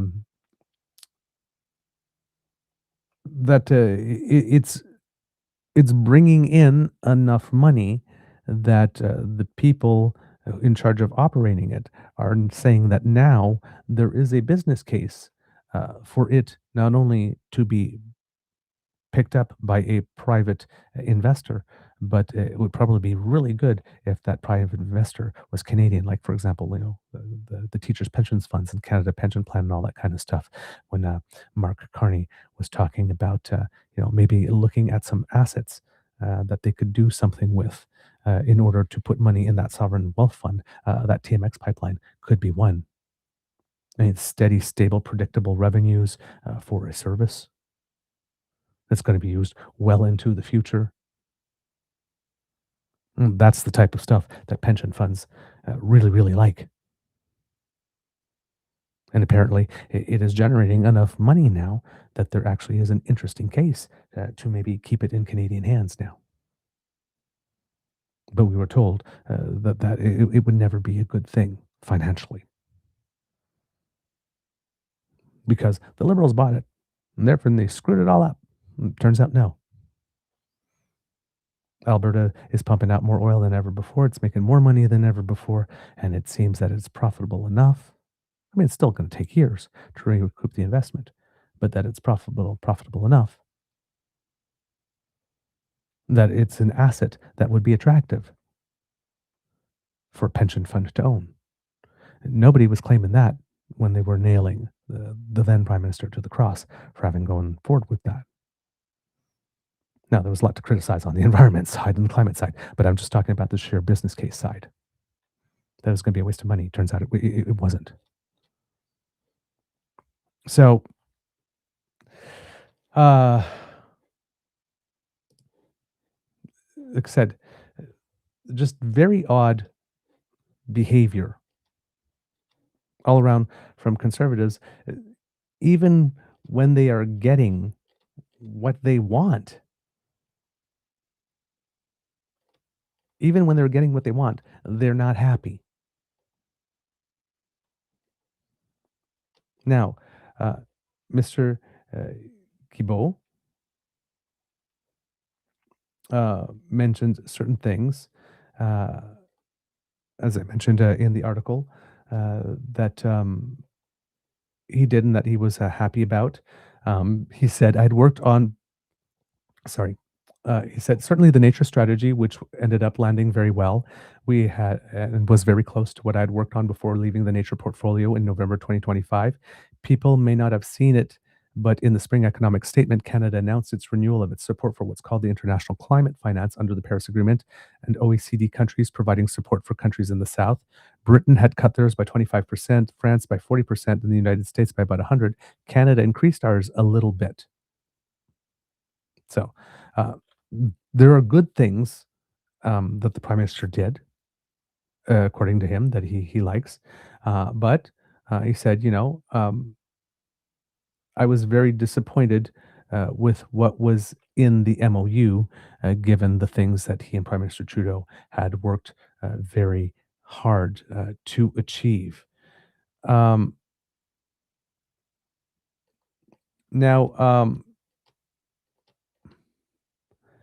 David Cochrane brings up a point that is often made, stating that it was looking like the climate goals would not be achieved, and Mr. Guilbeault respectfully disagrees with, how would you put it, the amount of when you set a target, let's say I'm going to do this 100 times, and you only do it about 25 times. Okay, that's one thing. If you say you're going to achieve this 100% of the time and you achieve it 98% of the time, well, you didn't achieve your goal. But 98 is really not that far off 100. So you can focus on, they didn't meet their promise. Yeah, but they gave it a really valiant shot. They put everything that they had behind it. They never wavered. And they got as far as they could, and as far as they could was this. They reached for the stars and landed on the moon, as the expression goes, right? Some people will choose to, you didn't meet it, therefore it's binary, you're an abject failure. And other people will say, well, you didn't meet it, but my God, it's like, for all intents and purposes, you did. So was that it, that the signals from the MOU, was that your ability to have the influence you wanted to have, it was a pretty final answer that maybe it wouldn't be there? I think it's a respectful disagreement with the Prime Minister and the government on how to approach climate change. I've heard some people say that we had a plan on paper before. I respectfully disagree with that. An independent analysis by the Climate Institute, the Canadian Climate Institute, at the end of 2024, said that we were tracking to be at minus 36% in 2030, where we were supposed to be at minus 40. So we weren't quite there, but we were getting very close. And our plan was a combination of investment, of fiscal measures like carbon pricing, and of regulations.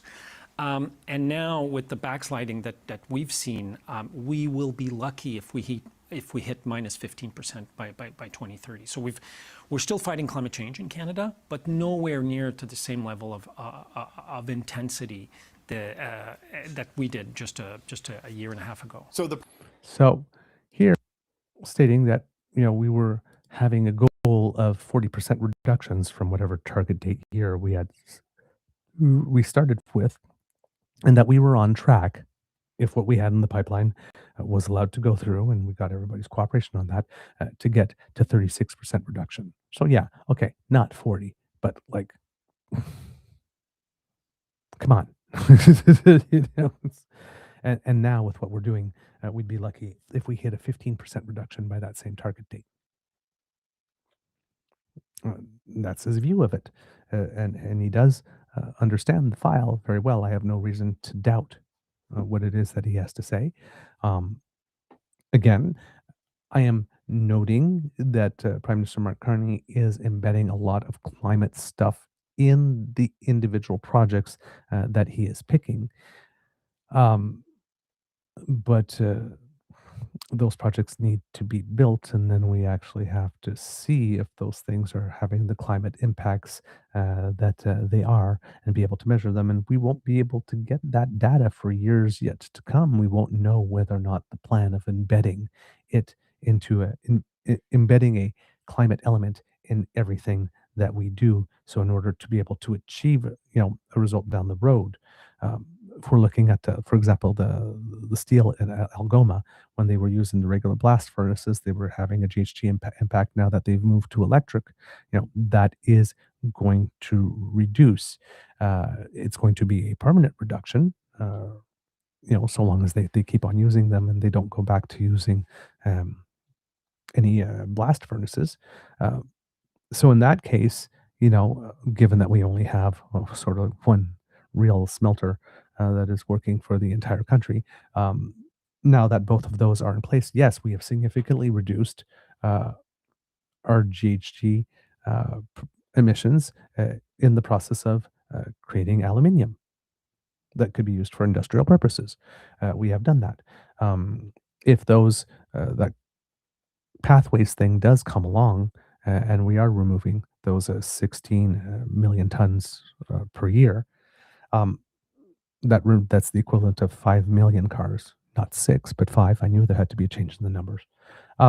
Taken off the roads in Alberta. Uh, okay, that'd be great. And in 2035, we'll be able to say, hey, for a project this size, we're able to reduce the carbon emissions by this percentage, and this is one around. But until that happens, and it's proven, we can't count those, right? So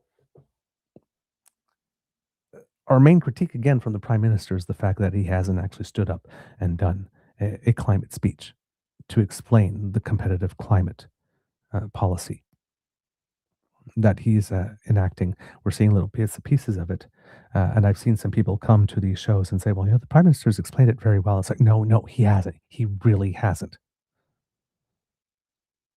He absolutely has not explained it well.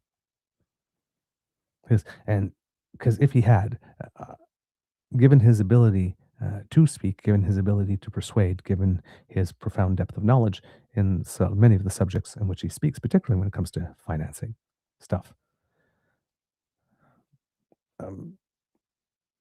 he would probably have the credibility to convince those 14 MPs, or at least some of those 14 MPs who did sign that letter, that there was some sufficient action going on. And that's not happening. The prime minister has not at all yet once come to a microphone and say, okay, Canada, I'm getting a lot of questions. This is where I'm going on climate. Let me show you the roadmap, like he has done for our diversification and whatnot. He has not done that. This is not clear.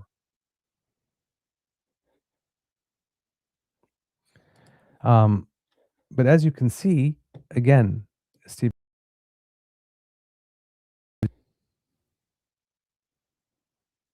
quietly speaking truth, or at least what he believes to be the truth, to power. Not yelling, not shouting, not making wild accusations. Just plainly stating where it is he thinks we are, what's wrong,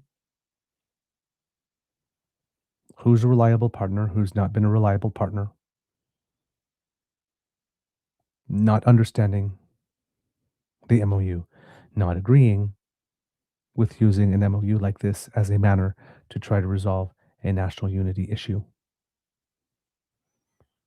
not agreeing with the rewarding of bad behavior, as Premier David Eby has also stated.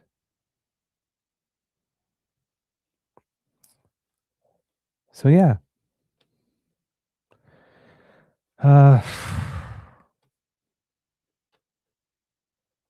we need more of this.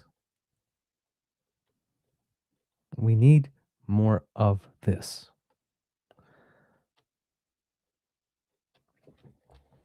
Um, in the House, Steven Guilbeault directed what it is that he had to say.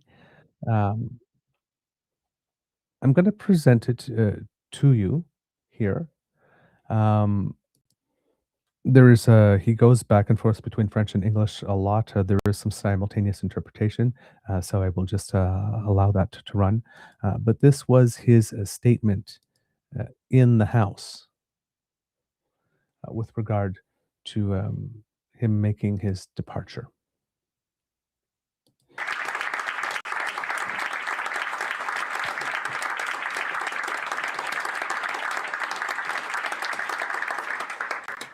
Merci, Monsieur le Président. A few months after I turned 25, I embarked on my first overseas trip, one that, without knowing it, would set the course of my entire life.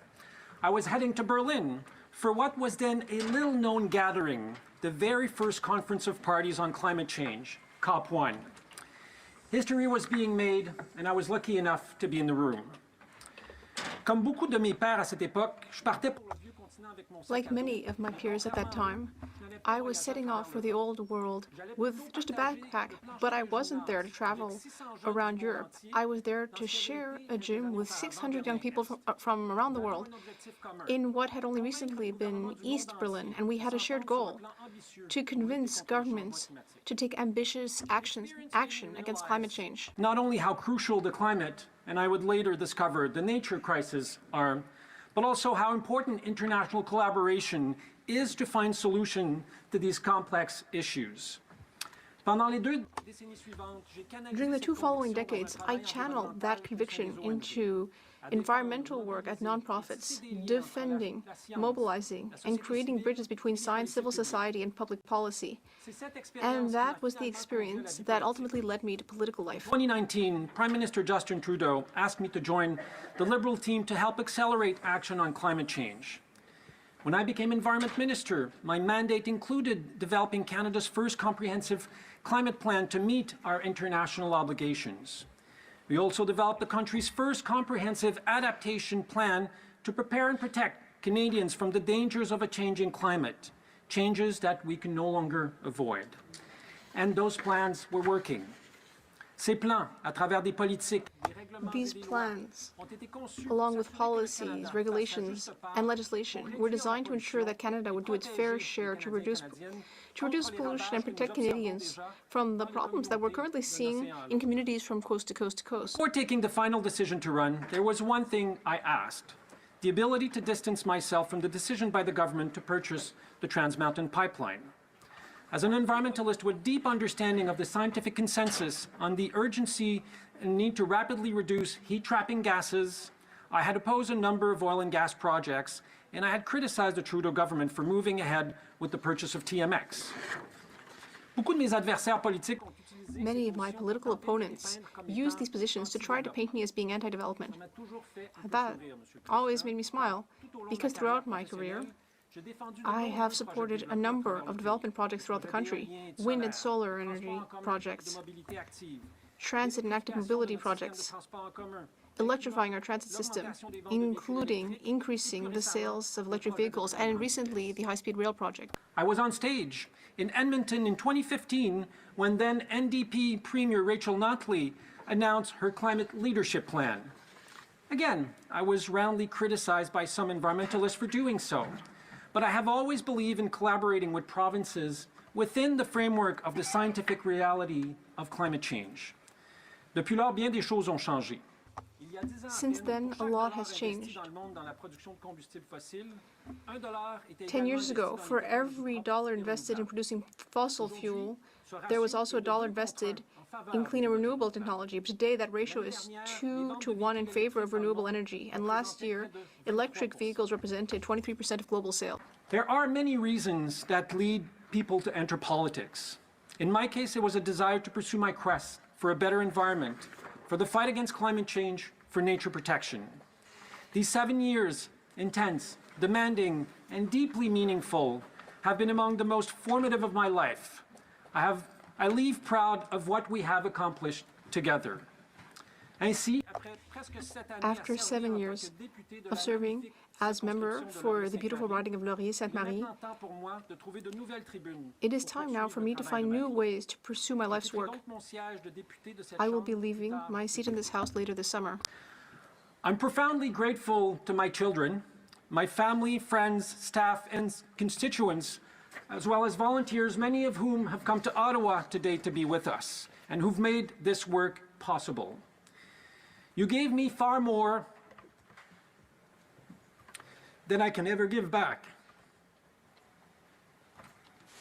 Mr. Speaker, I won't mention the fact that some of them may be here in the House, because you would tell me I'm not allowed to do that. The journey that started in Berlin more than 30 years ago is not over. It will simply continue in a new direction with the same sense of urgency and with renewed hopes. The struggle for our planet is defining for our generation, and I will continue to fight.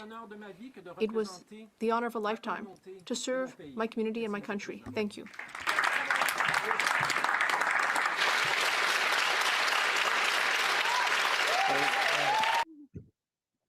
All right. So that was his statement. Again, classy, right? Not burning everything down on the way out. Right? Take this job and shove it. No big dramatic moment. And then the Conservatives are asked to say something. Everybody gets a chance to say something. And again, Conservatives,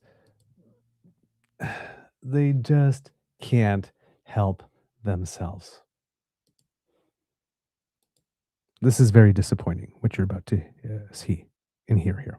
Thank you, Mr. Speaker. You know, I'm a rookie in this chamber. I'm a new member of Parliament, barely having served not even 3 years. But I can acknowledge that public service comes at a price, at a cost to your friends, your family, your loved ones. And the honourable member from Laurier-Sainte-Marie certainly has committed himself to this service. That's where he should have stopped.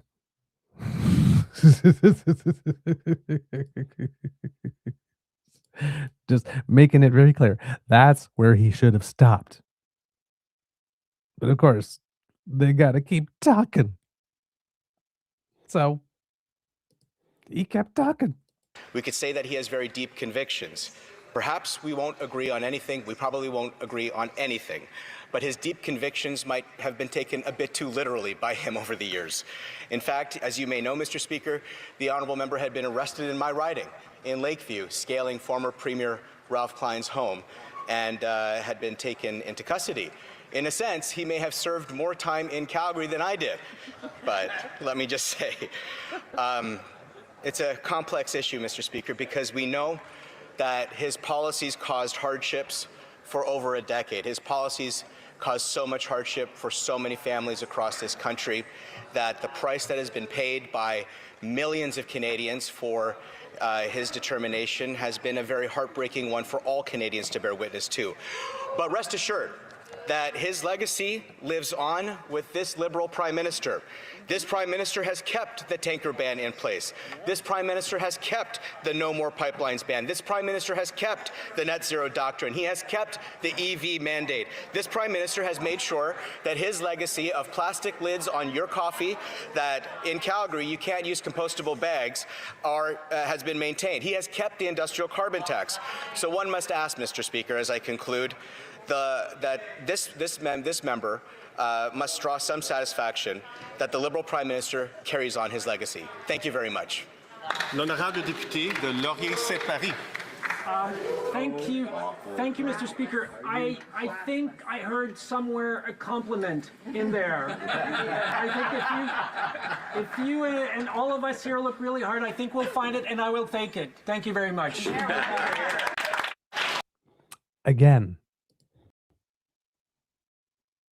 someone decides to meet ass with class. That was not the moment for that type of intervention. From that CPC Sorry, I'm breaking into conservative speak, blaming the CBC for everything. By Chuvaloy Majumdur.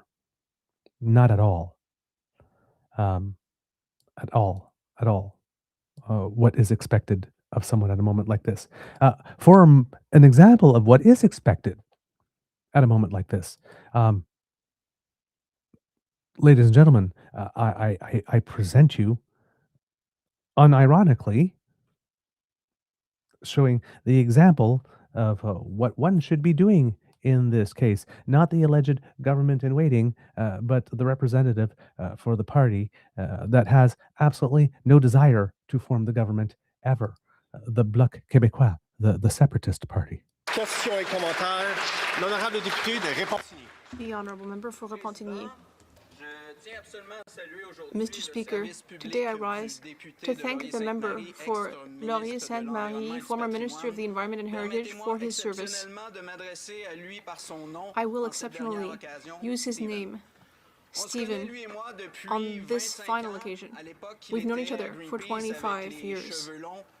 I knew him back when he was at Greenpeace, back when he had long hair and a longer beard, and fewer white hairs. He liked climbing buildings and placing solar panels on premiers' residences. In fact, some people even called him the Montreal Jesus. We were both part of Quebec and Canadian and international environmental movements. Over a long period, we participated in many major climate conferences, the COP conferences, that he also participated in as Minister of the Environment. And one of his major achievements was the Montreal Biodiversity Agreement. That wouldn't have been possible without him. And another thing that he did was the plan to fight climate change. It wasn't perfect, it wasn't ambitious enough, but it was by far the most ambitious one that we've seen in the history of this country. We've certainly had our disagreements about how best to serve the environmental cause. We haven't always agreed on strategy. Sometimes I've criticized his ideas, but I've never doubted his commitment to the fight against climate change.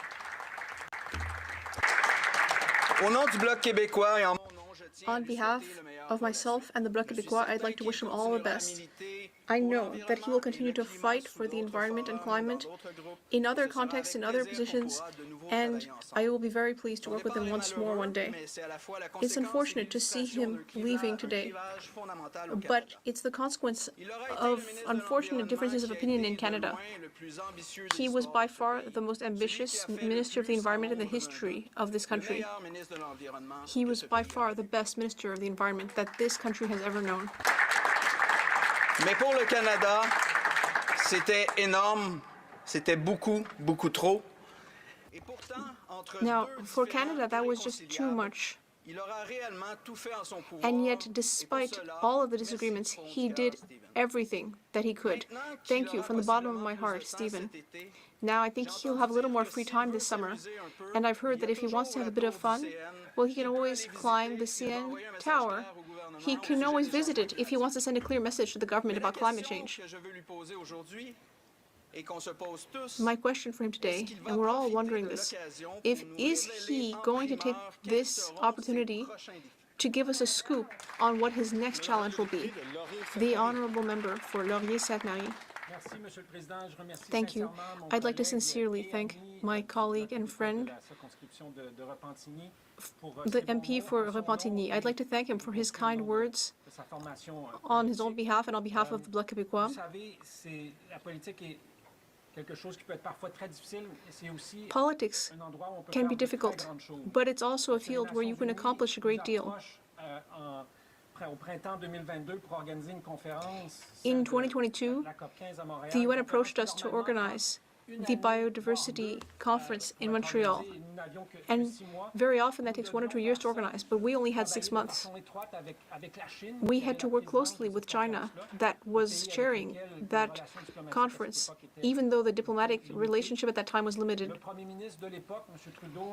Mr. Trudeau, the Prime Minister at the time, supported by the former Minister of Foreign Affairs, today the Minister of International Development, both supported me in participating in that with all Canadians, with Canadians, rather nonprofits, civil society organizations, and many other stakeholders. And we convinced 196 countries to protect 30% of the planet. Today, it's called the Paris of biodiversity. So it is possible to do great things when you go into politics. I would invite all those who are watching today and wondering whether they should run, I would encourage everyone to go for it. So again, we are seeing from the Bloc Québécois of all parties how to send someone off.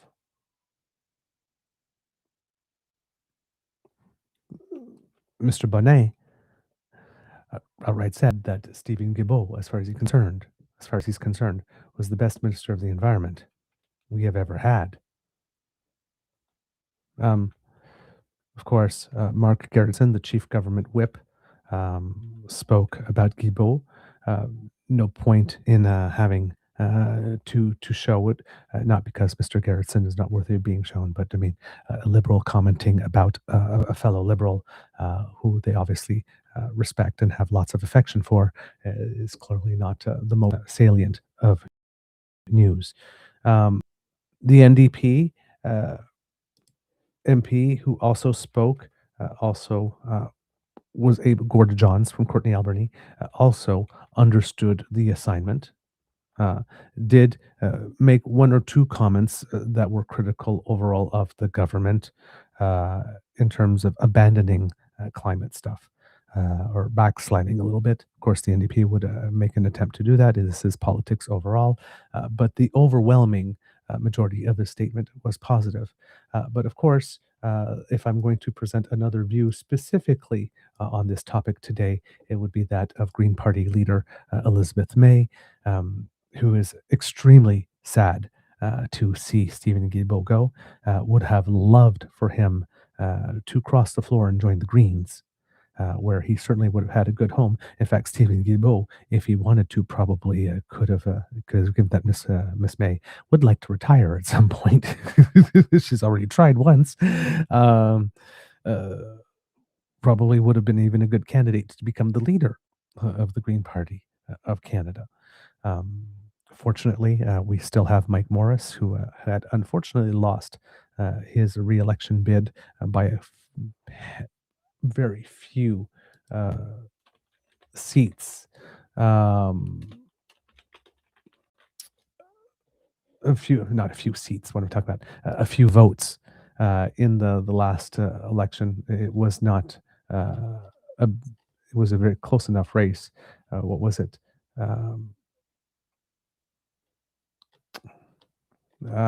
Looking for it and I can't find it off the top of my head. I'm so sorry. But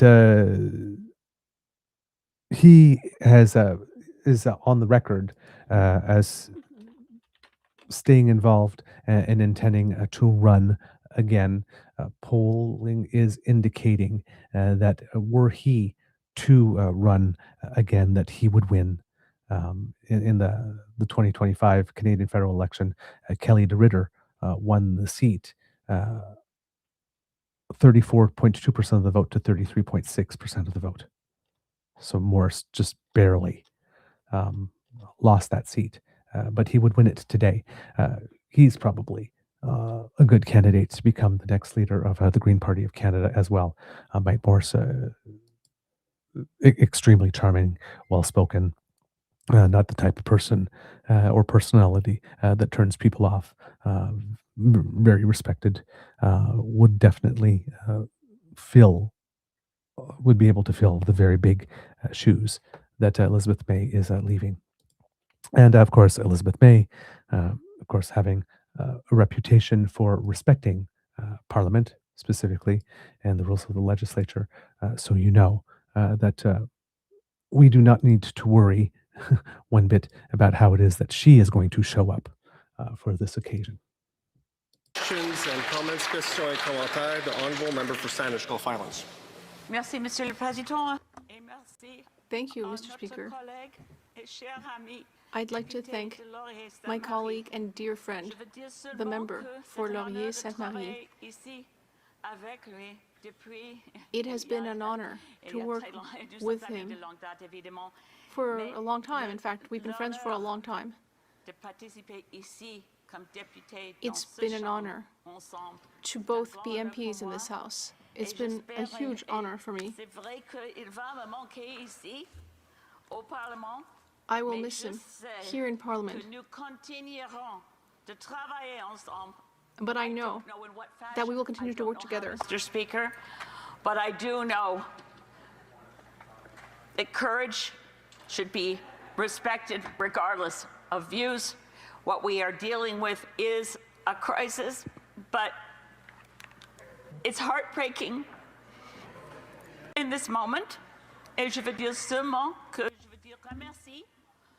And I would just like to thank the people of Laurier-Sainte-Marie for showing a great deal of judgment in choosing this member. The only question would be to give the member one more chance to say of all the extraordinary things accomplished in his service in this place, of what achievement is he most proud?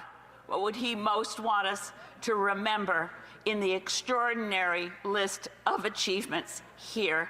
Merci, Monsieur le Président. The Honourable Member for Laurier-Sainte-Marie. Thank you, Mr. Speaker, and I'd like to thank my friend, my very old friend, the member for Saanich Gulf Islands, the leader of the Green Party, for her words. We've known each other for a very long time. We worked together before getting into political life. We share many things, including our birthday, which is coming up soon, Mr. Speaker. I'll mention that for anyone who's interested to know, and I want to reassure her that I will continue to be there for her and for everyone who are interested in working on fighting climate change and protecting biodiversity. I'll never be far away. If you need me, I'll always be there with pleasure. Thank you. Resuming debate. And there you have it, kits and cubs. Whoops, sorry. Screens are slow to change and I can't stop that. Sorry. There we go. That was not supposed to happen. So as you can tell, Elizabeth May, visibly heartbroken. I'm not crying, you're crying. Visibly heartbroken. You know, that a friend and a colleague, a long-term friend, a colleague, is not going to be remaining. And yeah, Ceci, I agree with you. Elizabeth May is just a beautiful person. And I agree with you also, Kitlinda, that she should be made permanent speaker for as long as she wants to be in the role. The House would be better for it. I completely agree. Completely agree. I found the clip that I was looking for, by the way, with regard to Danielle Smith not being able to be trusted. Why is this giving me such a hard time today? It is my computer is doing things I am not asking it to do.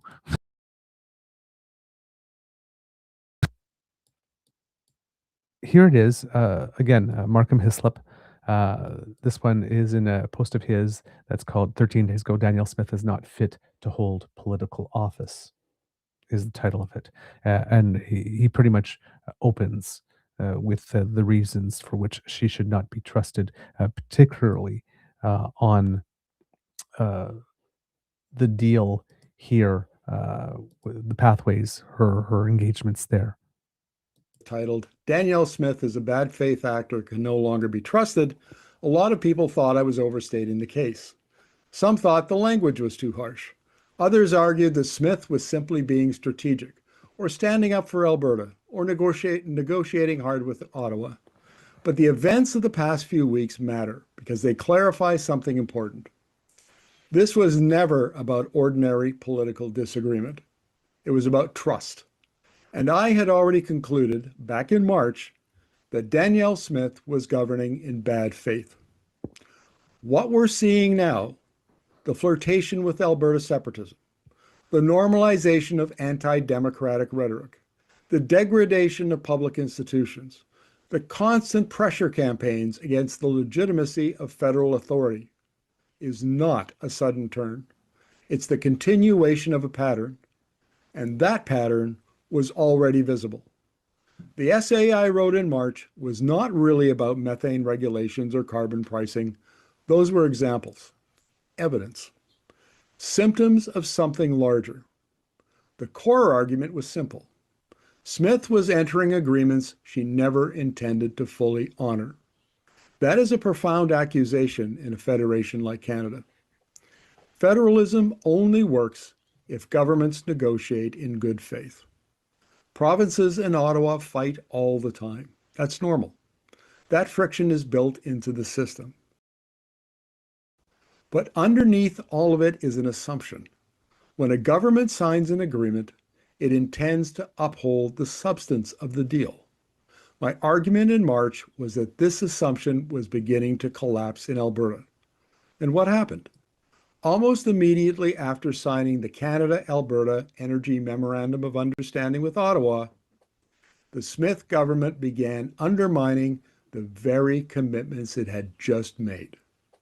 On industrial carbon pricing, Alberta agreed to a strengthened technology, innovation, and emissions reduction system, the TIER system, with a path towards $130 per ton. But within days, the government introduced investment credits that weakened the market mechanism itself. Now, this is important. A carbon market only works if scarcity drives behavior. If companies face real compliance costs, they reduce emissions. But Alberta's market was already weak because there was an oversupply of credits and too many flexible compliance mechanisms. Then the government weakened it further. In other words, Alberta accepted the political benefits of the agreement while quietly hollowing out the policy architecture underneath it. That is not good faith implementation. That is tactical compliance. Same story with methane regulations. Alberta negotiated an equivalency agreement with Ottawa that supposedly aligned with a 75% methane reduction target. Then draft regulations appeared almost immediately that appeared inconsistent with achieving those outcomes.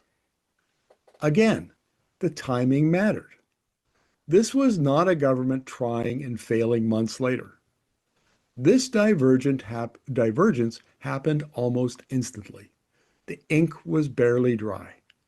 And that is when I concluded something fundamental. The issue was not policy complexity. The issue was credibility. Because governments acting in good faith do not behave like this. And there you go. Danielle Smith enters into agreements she has no intention of upholding, if it gets her through the current moment. And again, I keep on referring back to David Klamahaga. Danielle Smith is not a particularly deep thinker. And everything she does is for the moment, and it seems to be working for her. As soon as they agreed to put a price on carbon, she started undermining that by changing the way the credit market worked to destroy the entire architecture under it. The second she agreed to methane reduction targets, she has her government put some draft regulations on methane emissions that compromise everything she agreed to. The second that she signs an implementation agreement, she declares a referendum that will stifle any potential investment. She promised that she would have a private proponent, but the terms keep on changing, where it seems that they'll be able to access a whole bunch of different types of funds. She's probably going to not find a private proponent and create some type of provincial crown corporation, which was not what was originally promised, and try to force it through that way. She respects nothing. Just like Trump, her signature on a piece of paper means nothing. A promise from her lasts as long as she wants it to, if it lasts at all. She's not a reliable partner. She's just not a reliable partner, shape or form. And she can't be trusted. And people have been seeing it for some time now.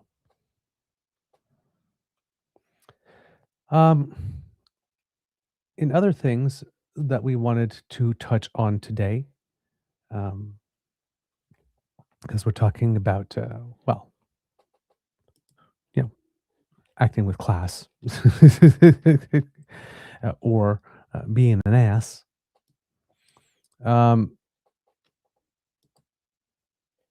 We want to touch very briefly on where the UCP appears to be standing on national unity, because we got word yesterday that even though Danielle Smith said that she's a federalist and that she would be campaigning so much for Canada, while she's simultaneously going to all the town halls and campaigning on her 9 other referendum questions that are explicitly anti-Canada. And again, for the purpose, as Mr. Hislop stated, of just constantly undermining the Federation and any authority of institutions or the federal government.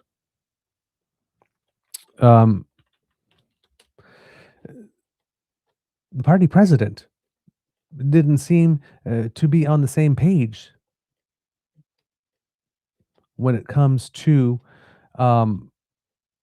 would the party actually stand up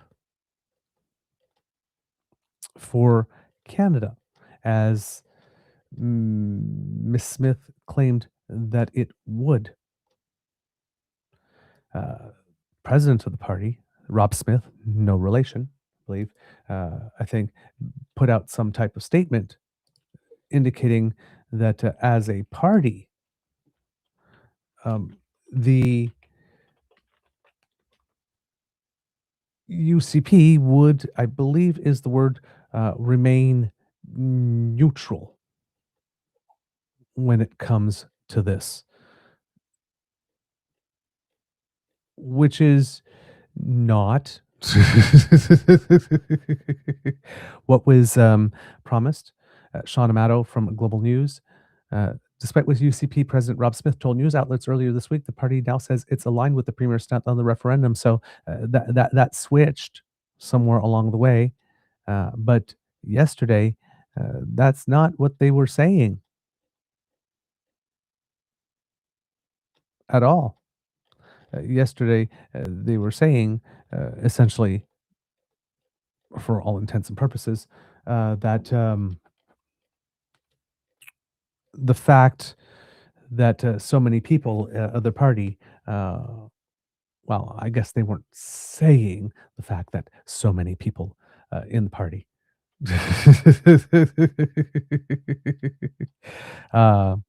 were separatists. But we know, based on public opinion polling, and Janet Brown, again, is one of the best public opinion pollsters in Canada, but particularly she knows that province like the back of her hand. That, yeah, because of that, the party was going to be remaining neutral, which was a really interesting position, considering that they're claiming to be a Federalist party.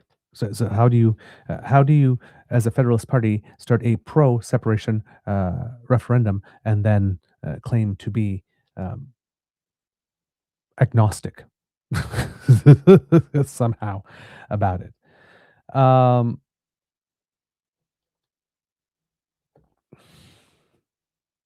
Nobody really knows how many Albertans want this, of course, because, as we said, Danielle Smith claims that she has 700,000, but she really has 0 verified signatures in favor of this type of referendum. We have Indigenous groups very much opposing what is going on. The Treaty 8 First Nations of Alberta sent something the other day as well. Saying at the end of it, Treaty 8 First Nations will also be formally writing to the Prime Minister requesting that Alberta's proposed referendum question be reviewed by Parliament in accordance with the requirements of the Clarity Act. What the Premier has called is not just an Alberta question, but it's a question for all Canadians. And that the Chiefs of Treaty 8 will be holding media scrum next week to publicly address the concerns. The Prime Minister we showed it to you, that he was wondering if the Clarity Act would have to apply, that we'd have to do his duty on that. We saw the Bloc Québécois MP Christine Normandin come out and on that and basically blast that with some claims that were a little dubious. And then the Prime Minister, apparently it was revealed, I think it was the day before yesterday, that indeed the way that the question is formulated does not make it such that the Clarity Act has to be invoked here.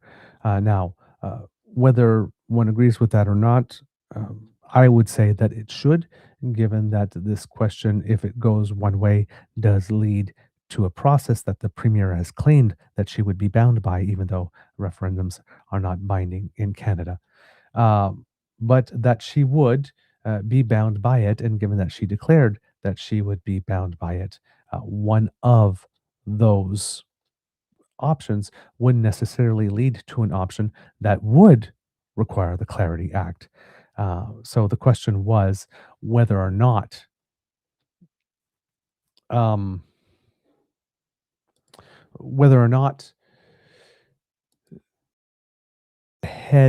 would just nip it in the bud now, given that this eventually gets there, or whether or not we would literally parse this out and say, well, given that this particular vote does not lead to an actual thing that is constitutional, the Clarity Act does not apply. It would appear that we have decided to take the position that we are going to deal with this in isolation and not what it is that can be as a result. And therefore, it does not, Clarity Act does not apply in this case. So that will not be a way to stop it.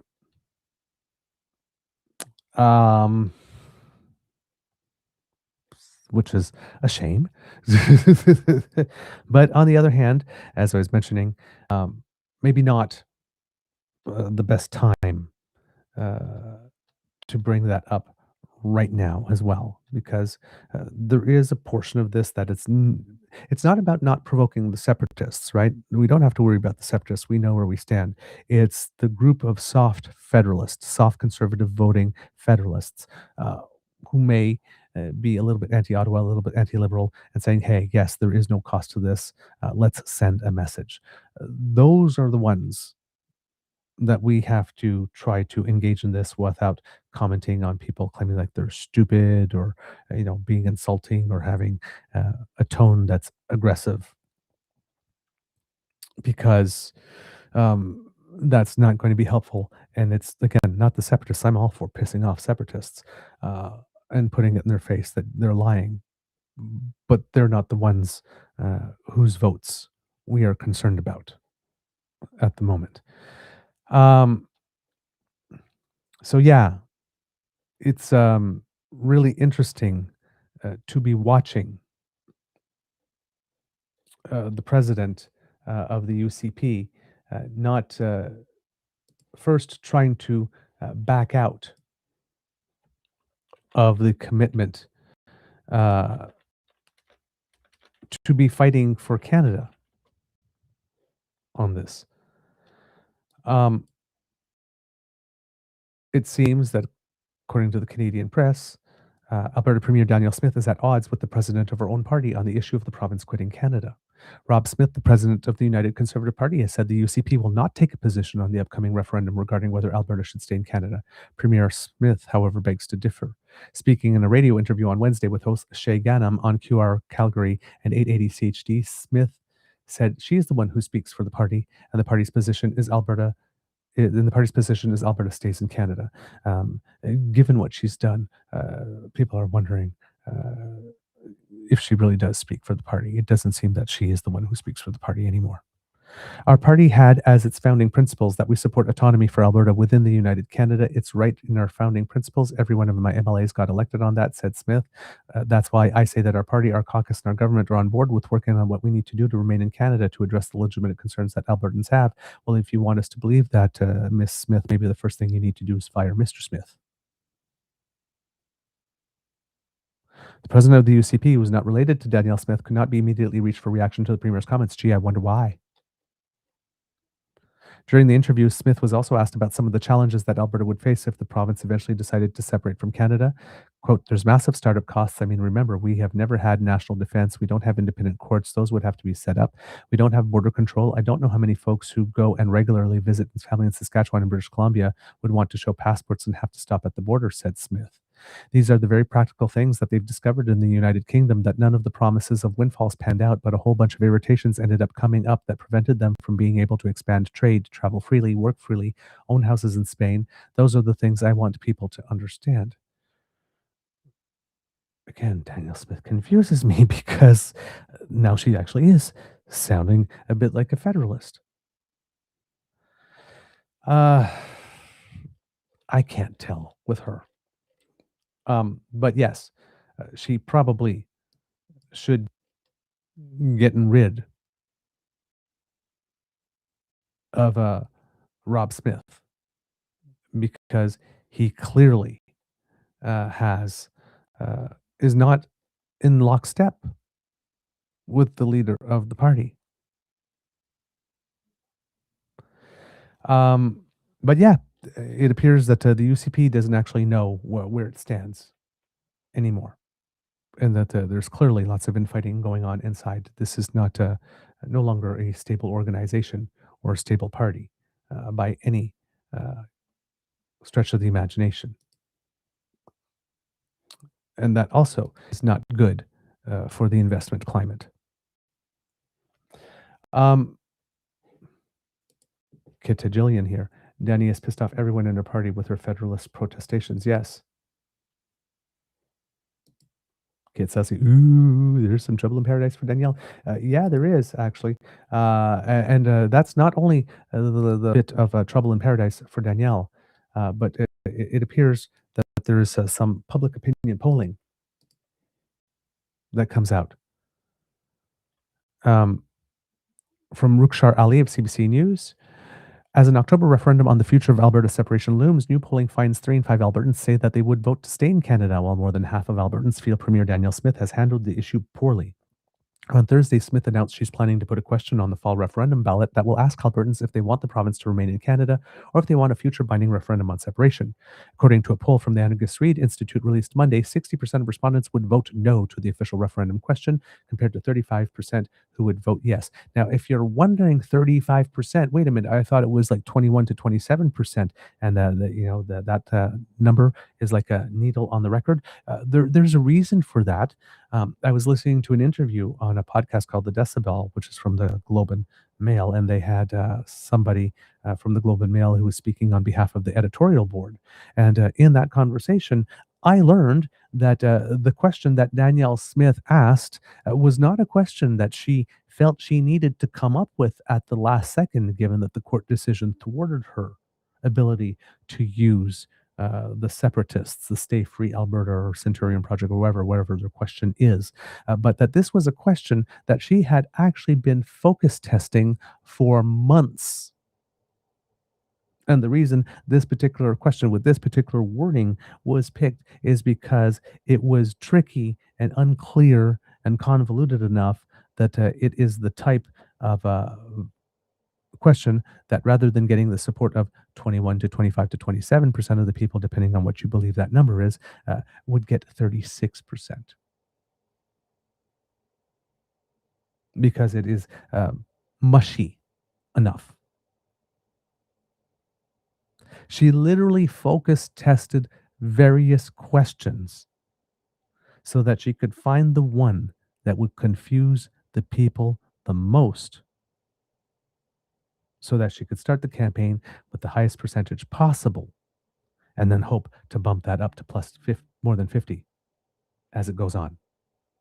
This is a question she just didn't just, oh, let's say if we ask this question. This is a question that was in the works. It's been engineered for maximum anti-Canadian support. But when asked a simpler hypothetical question about whether to leave Canada or stay, support for separation decreased and Federalist sentiment, with 30% choosing to leave and 67% opting to stay. Now, why would a Federalist choose a question that's more likely to break Canada apart? And why go through the pain of focus testing it to find out which one, if you are actually a Federalist?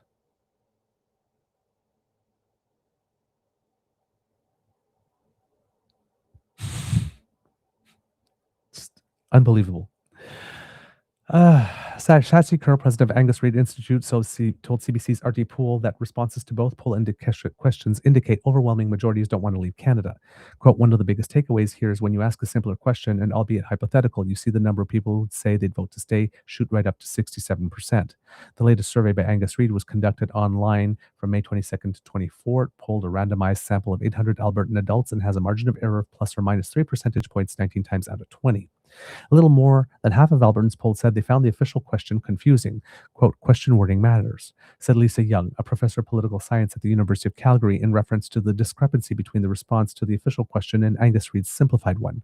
The official 37-word question would ask, should Alberta remain a province of Canada, or should the government of Alberta commence the legal process required under the Canadian Constitution? There is no such thing. To hold a binding, there is no such thing. Provincial referendum on whether or not Alberta should separate from Canada. Young warned that could potentially influence how people vote in October. Quote, people are reading their own interpretation into what that question means. Now we're going to have the next 5 months to talk about what the various options actually mean, so that may move people a little bit.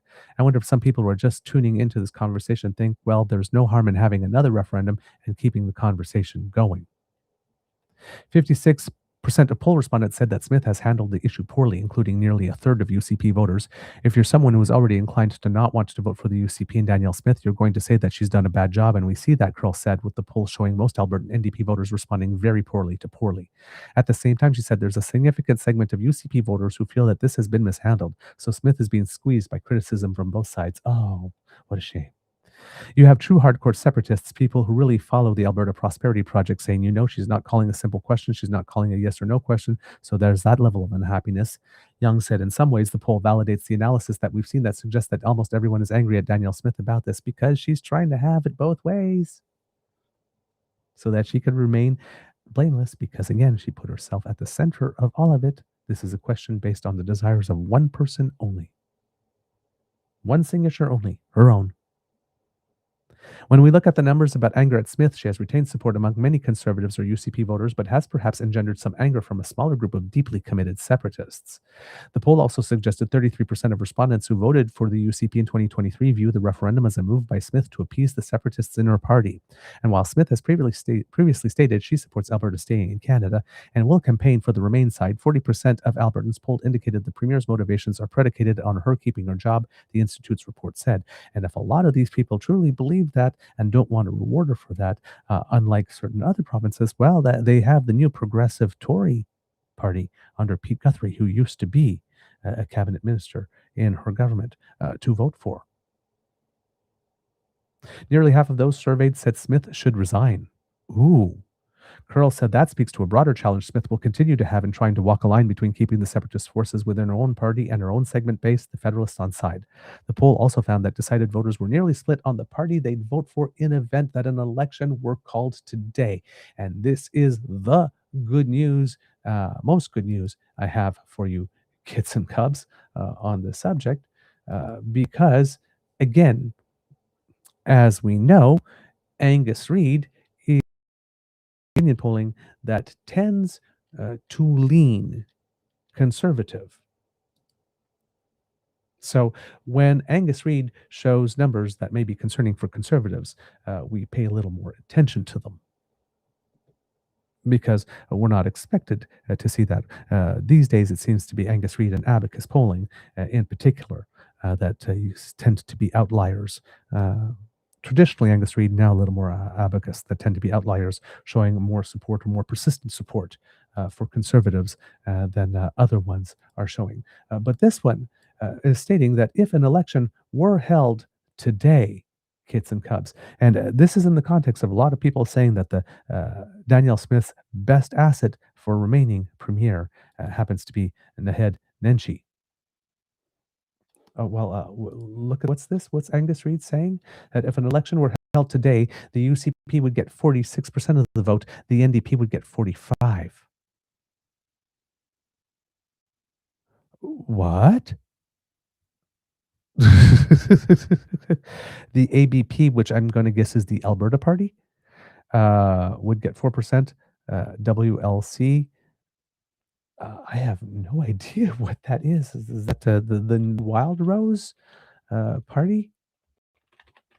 What's that? Wild Rose Loyalty Coalition. Okay. And ABP, not the Alberta beef producers, but how about in politics? What is that? I'm not sure with the ABP party, whether or not that is the Alberta Party or whether or not that is the new Progressive Tory Party of Alberta. If I could find a logo for each, I would be able to tell you. Alberta Party logo, or maybe if there's some people from Alberta watching. Yeah, I think it's more Alberta Party from what I can tell here. But yeah, that is, and then others at 2%. Not good news for Danielle Smith, especially if that starts replicating. I wonder what a 46 to 45 poll would look like in terms of seat distributions. I have a feeling that whatever seats the UCP might have in at least the Calgary and Edmonton areas could be affected. There could be some other urban areas, maybe like Lethbridge or Medicine Hat.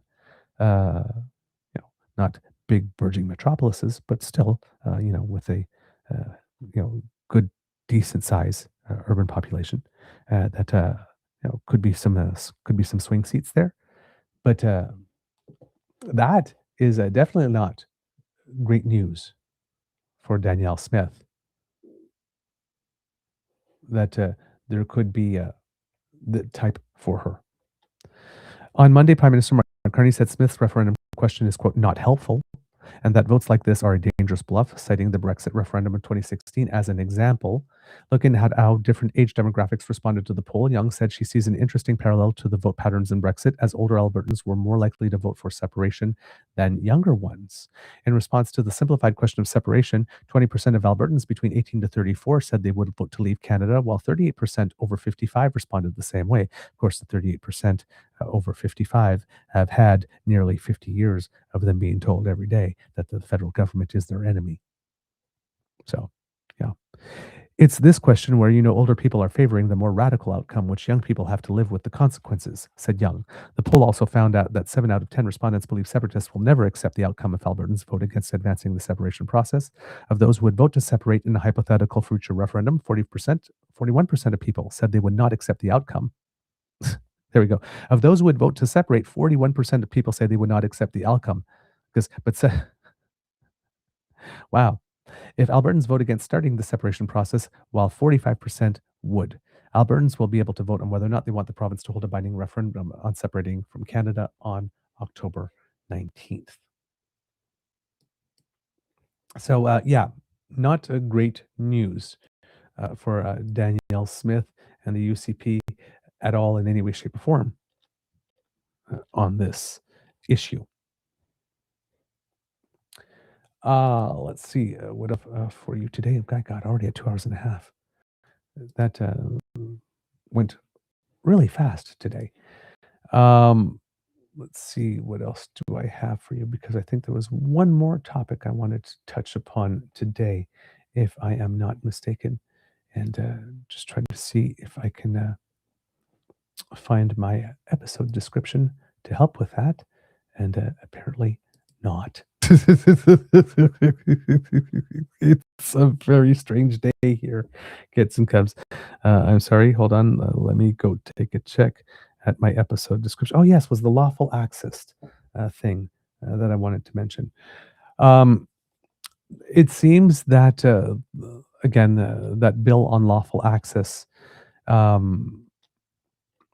is causing a little bit of consternation, of course, and it would seem that the federal government has indeed heard the criticism and will be acting on it. According to Catherine Tunney of CBC News, the Liberal government says it will amend its hot-button lawful access legislation, which would make it easier for police and spies to tap private communications, as it faces blowback from critics who argue the bill would actually put cybersecurity at risk.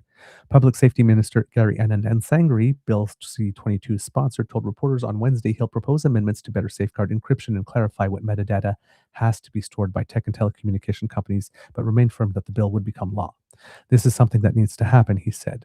Bill C-2022, my God, I'm having trouble today. Bill C-22 promises to help law enforcement and the Canadian Security Intelligence Service obtain digital information during investigations, something the security community has been pushing for since the late 1990s.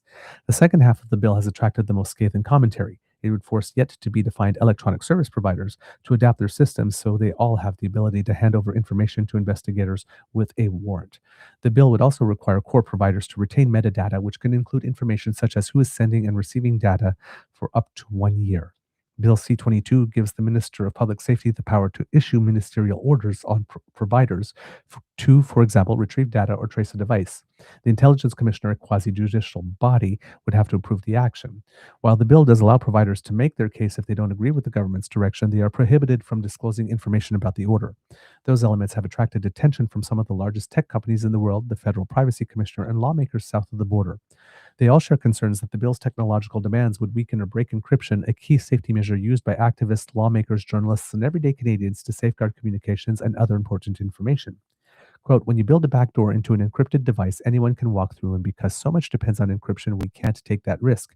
Eric Neuenschwander, Apple's Senior Director of User Privacy and Child Safety, testified before a parliamentary committee on Tuesday. A Google representative told the same committee that Canada's proposed legislation goes further than its allies and, quote, could facilitate foreign interference and weaken global user privacy. Amendments are due Wednesday night, but Anand-Ansangri said the government will propose changes, quote, to ensure there's clarity on what encryption is and better define metadata in the legislation.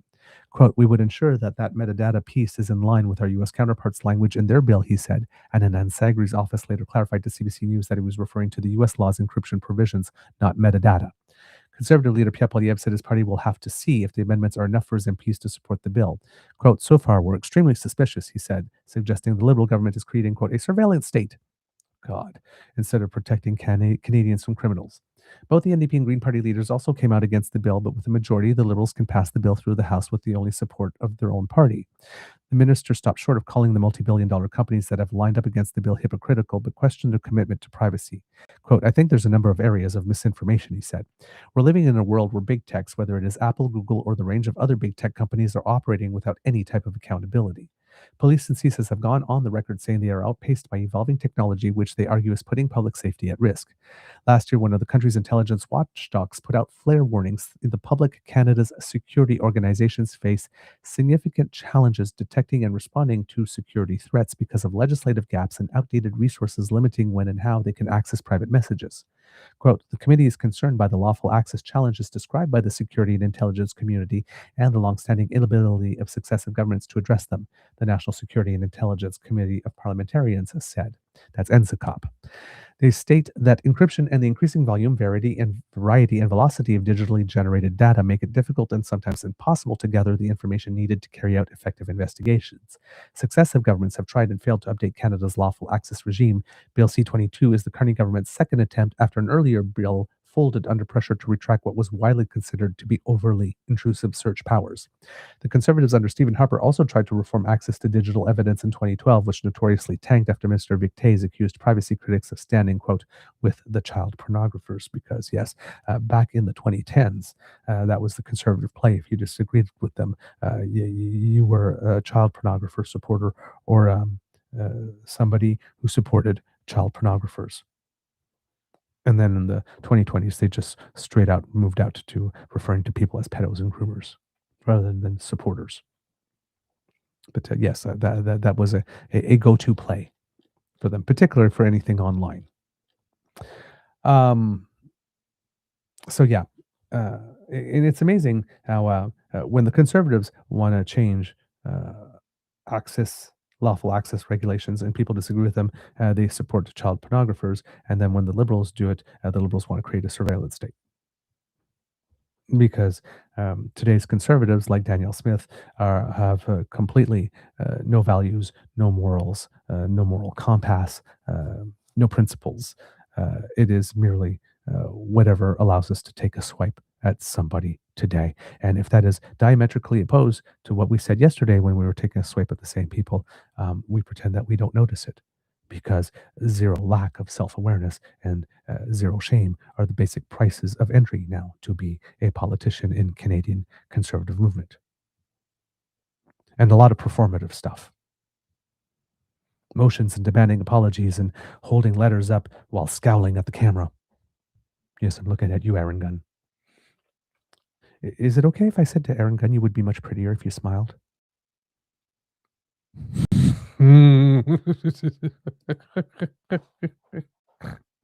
He's always scowling, looks like he's in a bad mood.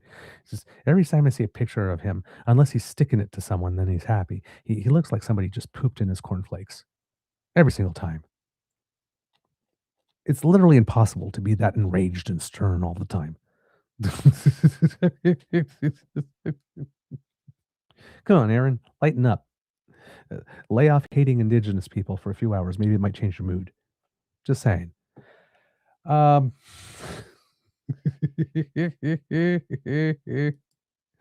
my word. I think, kids and cubs, that might be the big stuff that I have for you today. Just going to take a little look here at my notes to make sure I touched upon everything today. And because I don't want to leave a stone unturned here. I promised more WOB, I think, and I didn't bring it to you. I'm so sorry. That was probably that interview he gave to Vashi Kapelos the other day, yesterday. Kind of do want to put it in there for you, but I'm already at 2:30, and that will send me way over 3, and I'm really trying to get done under 3 today, if I can. Let me apologize for the tease. I will give you more WOB tomorrow, hopefully. I will have time to bring you that instead then, so that we can finish this off at a nice and a little more normal hour than we have been for the last little bit. Just going to take a check here to see if there isn't anything incoming at the last minute that I need to deal with you. A couple little bit of news here. It seems that Germany is sweetening the pot with regard to the submarine deal that we are looking to get into. We're trying to decide between Germany and South Korea, I believe. Mark Carney is currently was going to be in New York today to pitch Canada as an investment hub, which could be an interesting move here. Let's see, what else do we have here in the news very quickly. It seems that there will be a refreshed national AI strategy that will be released next week. So there we have that. Of course, the news that we brought you yesterday that Canada is negotiating to buy SAB's Global Eye airborne early warning aircraft. That is very important. Let's see, what else do we have in here? Those are the main things. There is one more thing on lawful access that I should probably bring you before we go. This is a courtesy of Catherine Tunney, and it says detractors and defenders of a Liberal government bill promising law enforcement and intelligence agencies easier access to Canadians' information during investigations made their pitches Tuesday to MPs weighing on whether it should be amended. So this is in a committee. Testifying at the tail end of a marathon public safety committee meeting Tuesday evening, the Canadian Telecommunications Association Vice President Eric Smith summed up the issue facing lawmakers studying Bill C-22, how to balance privacy rights with law enforcement and national security agencies' ability to access information. That balance is critically important because Canadians use digital services every day. The lawful access legislation would require yet to be defined electronic service providers to adapt their systems to make it easier to hand over requested information to security and intelligence officials provided they have a warrant. A little aside here, I have no idea why it is that governments would table a bill that asks electronic service providers to do something and not define what that is, and then ask people to amend and make votes. You don't even know who the bill applies to yet. How do you know what to amend? This is pure silliness. The bill would also require core providers to retain metadata like call logs and location for up to 1 year. And they didn't define specifically what metadata was, I think, as well here. The government has argued it lags behind its Five Eyes intelligence partners by not having an updated lawful access regime to help law enforcement and intelligence services access digital information during investigations. That has stirred up intense backlash from major tech companies like Google, Apple, and Meta to privacy advocates who all argue the bill's demands would weaken or break encryption, a key safety measure used by activists, lawmakers, journalists, and everyday Canadians to safeguard communications and other important information.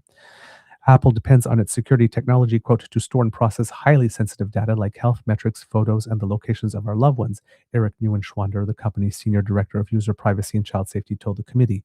As technology evolves, so do the bad actors trying to steal our data. We do not know of a way to deploy encryption technology that provides access only for the good guys without creating new ways for the bad guys to break in.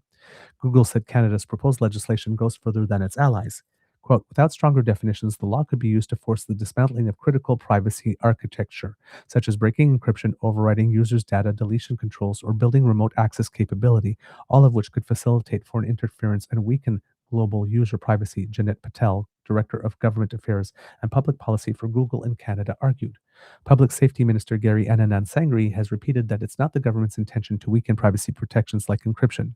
Both Apple and Google executives told the committee that should be made more clear in the legislation. The committee heard a similar request from Meta. Federal Privacy Commissioner Philippe Dufresne said he also has concern. He told the committee that he was consulted by the government after its first attempt at bringing in a lawful access bill, Bill C-2, and folded under backlash. It was amended and reintroduced as Bill C-22 earlier this year, but there remains privacy concerns, he told the committee. Dufresne put forward 8 recommendations, including narrowing the definition of subscriber information to just names, addresses, and telephone numbers and IP addresses, and limiting the entities who would be compelled to provide that information to telecommunication services providers. He also said the bill's technical obligations on electronic providers should be, quote, be limited to what is necessary and proportionate.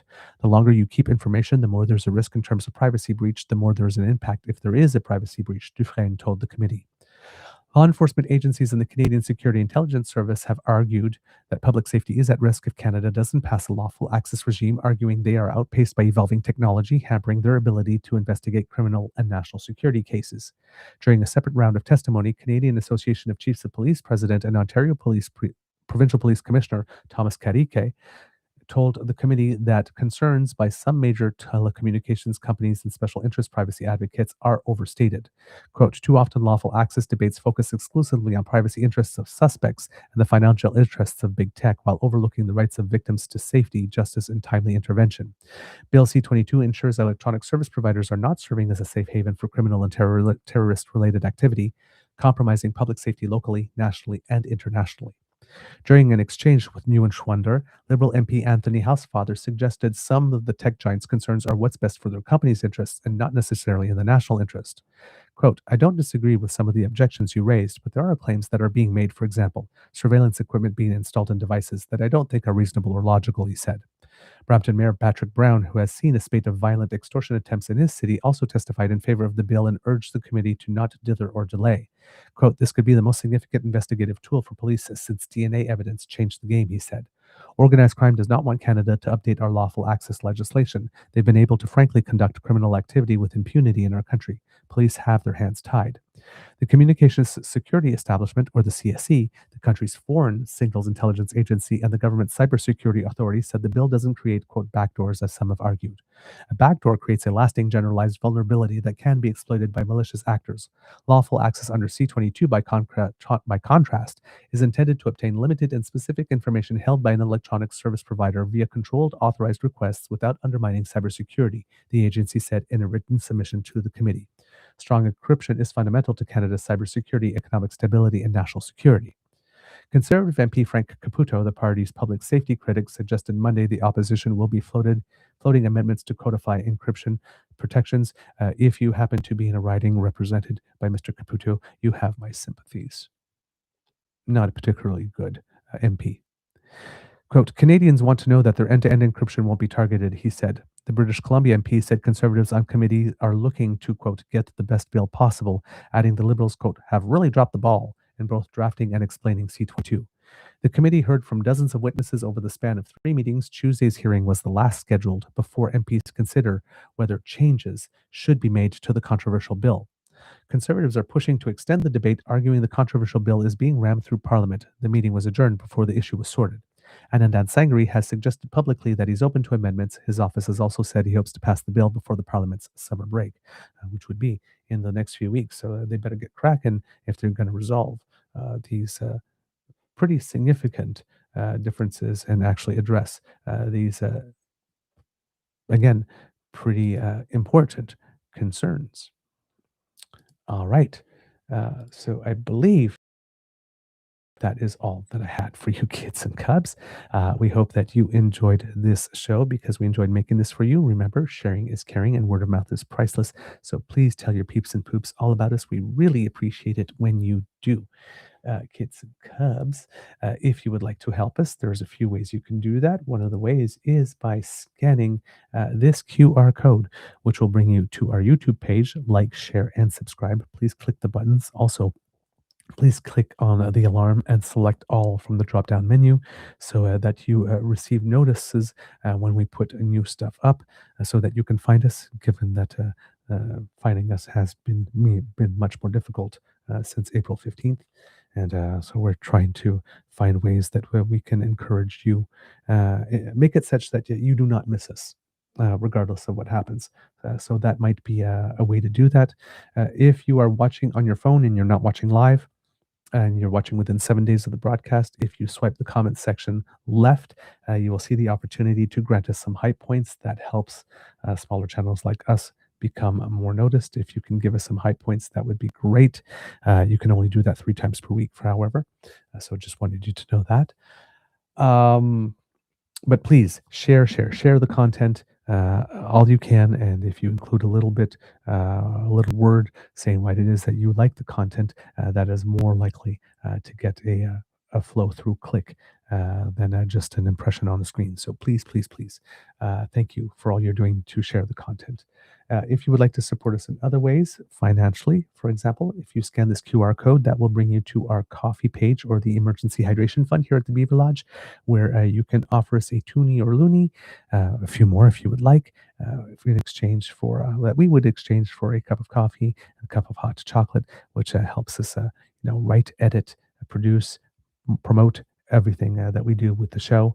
So thank you for your support. And if there's a little extra, well, then we use it for internet fees and subscriptions and stuff of the like, which again, very, very important. And we thank you for your ongoing support, particularly through these more difficult times.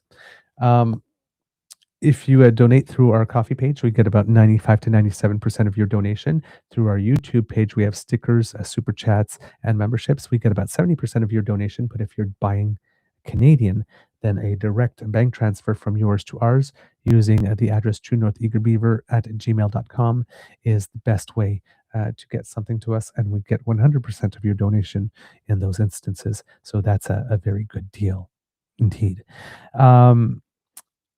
If you want, if you're not able to help us financially, the gifts of your attention and participation are the ones that matter the most to us, and we want to hear from you. So a little Beaver Lodge tariff. How about using our email address and sending us what you think about the show, or some questions about the show, or questions about politics you'd like us to answer, or some guest suggestions for the interview project, or just some good news to help us get through the doom scrolling. All of that, you can send it to truenortheagerbeaver@gmail.com. And if you're looking for us at our socials, at True Eager at the Blue Sky Beaver Lodge on the Jitter, we got the Damn Fam Discord, we got Beaver Bites, our Substack, we got the Damn Fam Instagram run by Kit Uncover. Our coffee page, of course, where you can reach us, our home on Facebook, which is our original place. All these places where you can find us. We do read all of your comments, even though we're not able to answer every single one. And remember our hashtags: Kids Who Cook, Kids Who Cultivate, and Kids Who Craft. If you happen to be working on any of that, we love seeing what you're up to, and sometimes it gives us ideas as well. So thank you for any suggestions that you make. Because democracy is something that you do, kids and cubs, we do actually have 3 petitions for you today, because I found the third one that I was looking for, and it came to us courtesy of. So why not start with the new, if you would like today, because for a change, Kit Hugh has been circulating a petition here. It's House of Commons, or ourcommons.ca petition E7124. And this one, kids and cubs, states, hopefully it will come up on my page soon, because all I have is a redirect. Notice. Let's try that one more time.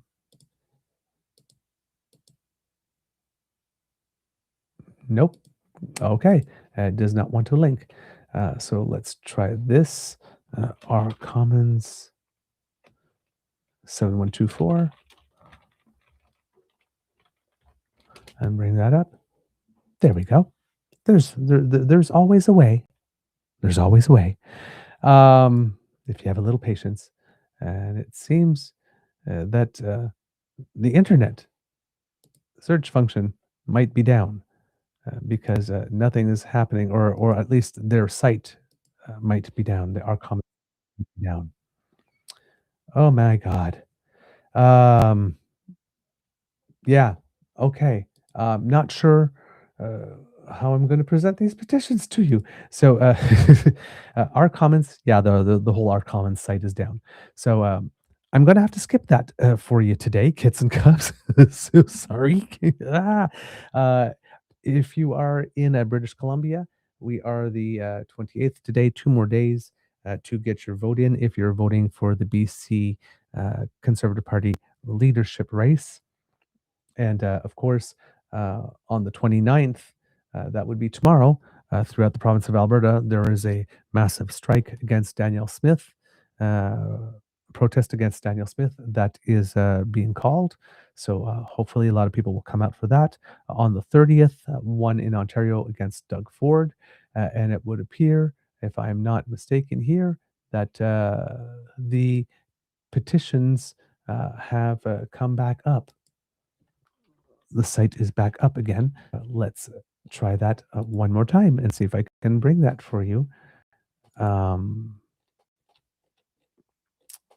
See, Kit Hugh, petition, House of Commons, ourcommons.ca petition E7124. Anybody? Really? No? Just me? Okay. Nope, they're not coming back here. All right. I don't know what to do about that. So hopefully they will work tomorrow. Words of wisdom. I'm a little bereft with everything that's going on the channel, and not as smooth a show today as I'd hope to deliver. Breathe. I'm going to have to do a lot of that today. Just try and stay calm. This too shall pass, I guess. I'm sorry. That's all I got for you. Canadians who make us proud. We got a wonderful suggestion from someone. I believe it was Kit Sylvie, who wanted us to mention a gentleman who participated in Ottawa Race Weekend. And this gentleman, his name is Roy Allen. And he decided that he was going to participate in the 5K race from Ottawa for Ottawa race weekend. And this is from Abyssinia Abebe. I love that name, from the Ottawa Citizen. It says Ottawa was on fire for Roy Allen on Saturday because it wasn't just because he did something no other Canadian his age had ever done before. It was because he did it with a huge smile on his face. Quote, almost every stranger who crossed Allen's path melted into a smile and a few broke down in tears. It's just really sweet, one woman shouted as she cheered Allen on. And the reason why is Mr. Allen is 100 years old. The centenarian made history on May 31st when he became the oldest person to walk the Tamarack Ottawa Race Weekend 5-kilometer race. Allen crossed the finish line in an hour, 47 minutes, 19 seconds, according to the Run Ottawa app that his grandson, Alan Bercier, 26, monitored throughout the event. Thousands signed up for this year's race weekend, and each one probably had personal goals and motivations. While some wanted to beat personal records, they all encouraged Allen on the journey to reach his. Allen's motivations were bigger than himself, and perhaps that was also why so many gravitated towards him as he gave back to a cause deeply personal for himself and his 94-year-old wife, Melba. They have benefited from 4 organizations that Allen's walk was raising funds: Council on Aging of Ottawa, the Pearly Health Foundation, where Melba Allen stays, Gloucester's 50 Plus Center, and the Dementia Society. Quote, he's a sweet man, Sarah Bercier said of her 100-year-old father as family members walked the 5K race with him. What you see is what you get. The Team 100 crowd was undeniable when the centenarian kickstarted his journey just after 4 p.m. Along the busier streets of Metcalfe and Wellington, the city was buzzing as Allen used his walker to make his way through the crowd. With every sharp turn into a busy corner, Allen became another stranger's favorite part of their day.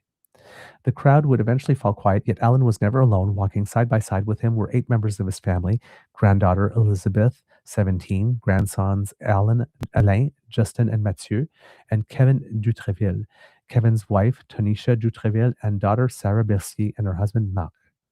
Sarah, 59, grew emotional as she watched thousands of strangers cheer her dad, but it was in the quieter moments that she was able to admit to herself the weight of the moment. I was trying not to cry, she told the Ottawa Citizen near the 1-kilometer mark. Grandsons Justin and Mathieu, Bercier explained that family members would take turns taking Roy to the mall as he trained, but that they hadn't anticipated the uphill sections of the roadways or the course. Sarah said the secret to Roy's good health was that he never smoked or drank, and he smiled often. That was how Roy Allen proved Saturday that he was 100 years young. After the race, he said he planned to walk the event again next year. And kids and cubs, let's give the man his due here, since we're talking about Canadians who make us proud, and give him a little screen time, because listen, when I grow up, I think I want to be him. Based on this, that is dedication to your family and to your community, and giving back. So, Monsieur Roy Allen here, 100 years old, walking 5K to do some good. And since we're talking about why walking 5K to do some good, Kids and Cubs, June 20th, mental health walk. If you are able, if you are male or male identifying, and you have other male and male identifying friends who may not talk a lot about their mental health, why not pick up the phone and invite them to go out for a walk? If not on the 20th, on that weekend sometime. Make it 5K, make it a good, decent walk, and go out and have a chat. Check in. How's your mental health doing? We need to get men talking more about their mental health, particularly to their mates. Of course, if you don't have a mate, call anyone, right? It doesn't have to be another male or male identifying person. If you have a need, call someone, talk. But in the spirit of the walk, if you can, find another male or male identifying friend. Let's destigmatize. Let's show that it is not a sign of weakness to ask for help, to reach out, or just to say, you know what, I'm having a tough go of it, and just need to vent. And if you are the one who gets the call, lend an ear or a soft shoulder, or even if you're wondering about a friend, proactively place the call yourself and say, hey, let's go for a walk. I was watching an interview with actually Kelly Rowland, who was from Destiny's Child, who was talking about her having becoming a mother and her mother having passed away very shortly after, and she didn't know how she would be able to cope with both. And apparently, she had a friend call her and said, "Girl, you have had all this stuff going on, and every time I talk to you, you keep on saying you're fine. What the hell is up with you?" And apparently that's what made her break. She broke out into crying because somebody called her out on the mask. So reach out. Okay, very, very important. So June 20th or that weekend, again, and if you have an organization that supports mental health, men's mental health in particular, but mental health, and you would like to make a contribution, this is not technically a fundraiser, but there are organizations that need your help. But if you do have one in your community and you support it, please do make the donation, but then please let us know that you've made us the donation, send us a copy of the receipt, and so that we can have an idea of what good this has done. And if you have walked, we ask if you can, if you're willing to take a picture and to post it on social media with the hashtag mental health walk. But if you don't, and you're not comfortable with that, at least let us know that you did go for a walk and that you invited someone or someone's. But let us know. And we would be very happy for that. I am not, now my keyboard is not even typing the things that I wanted to type because I'm trying to post the thing, hashtag mental health walk. And okay, that was very weird. In the chat function, it was not giving me a hashtag, but in my email, it is. Okay, but like I said, there is always a solution. So here it is. I was able to type it in another software and put it down right here. There you go. So please use the hashtag mental health walk. So it didn't even come out right. The men is supposed to be capitalized, but it changed it on me. And yes, let us know what that that you've participated in the weekend and or in the event, and that would mean the world to us.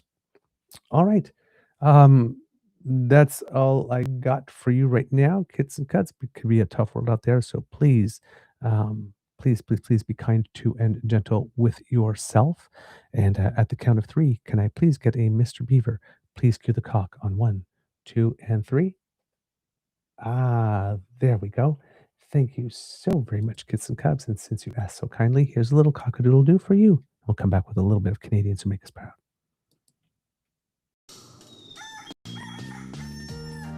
You are listening to a True North Eager Beaver Media Incorporated podcast. The True North Eager Beaver podcasts are proudly brought to you by our founding sponsors, the Misfit Mysteries from Corvid Moon Publishing, your source for science fiction, fantasy, and cozy mysteries featuring a broad diversity of characters. CanadianTarot.com, their uniquely Canadian online eclectic tarot community, and The Peppermaster, hot pepper sauces made from farm-fresh ingredients to thrill your taste buds and expand your mind. We are grateful to the Crier Media Network for its support, Pete Jarvis for our artwork, and Paul Joseph Something for our opening and closing sequence music.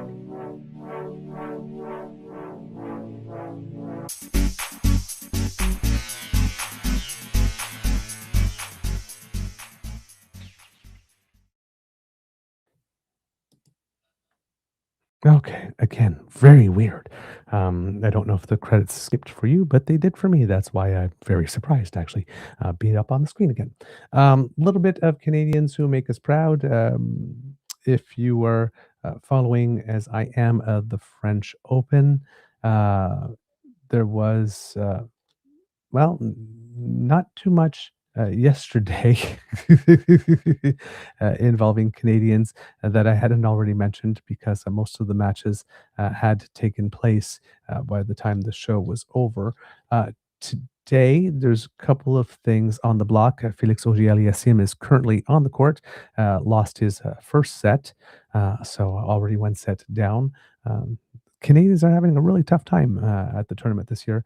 Victoria Mboko is supposed to play this afternoon, her second round against Katerina Siniakova. And then as for the rest, there's not too much Canadian content except for the qualification rounds for the juniors. And we have three young Canadians in the junior boys draw that are competing. And hopefully we'll have an opportunity to have a better experience. But what I'm looking at, two of the three have unfortunately lost their first round match today. So the first one was, come on, let's see the name, Xavier Massot. So these are names that you might be hearing a lot about in the future. And then Mr. as well, Benjamin Hazard, despite being ranked number one in the qualification draw, did lose today.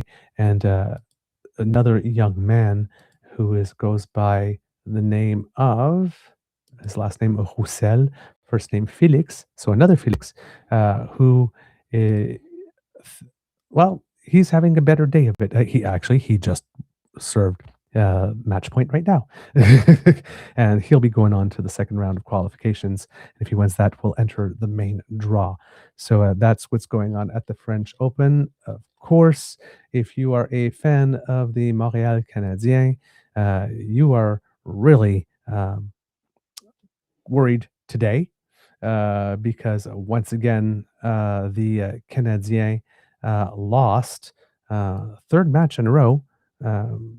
First time in a long time that they've lost three matches in a row. And it's particularly interesting that they've lost them against the Carolina Hurricanes because up until the first match that they lost in the series, they hadn't lost to them all season long. It's almost like the Montréal Canadiens have lost their steam a bit, particularly the shots on goal are almost non-existent. And I do not know how you expect to win a playoff game if you're not shooting on goal. But I think yesterday we found out why it is that the Canadiens may have lost. It appears that some people decided to attend the event. Not going to give any volume there, but yeah, perhaps they jinxed it. That's my story, and I'm sticking to it. Somebody also sent me a picture of Danielle Smith with the Edmonton Oilers jersey and her thumbs up last year. I think when the Edmonton Oilers were in the final round. And again, seems like somebody jinxed it. So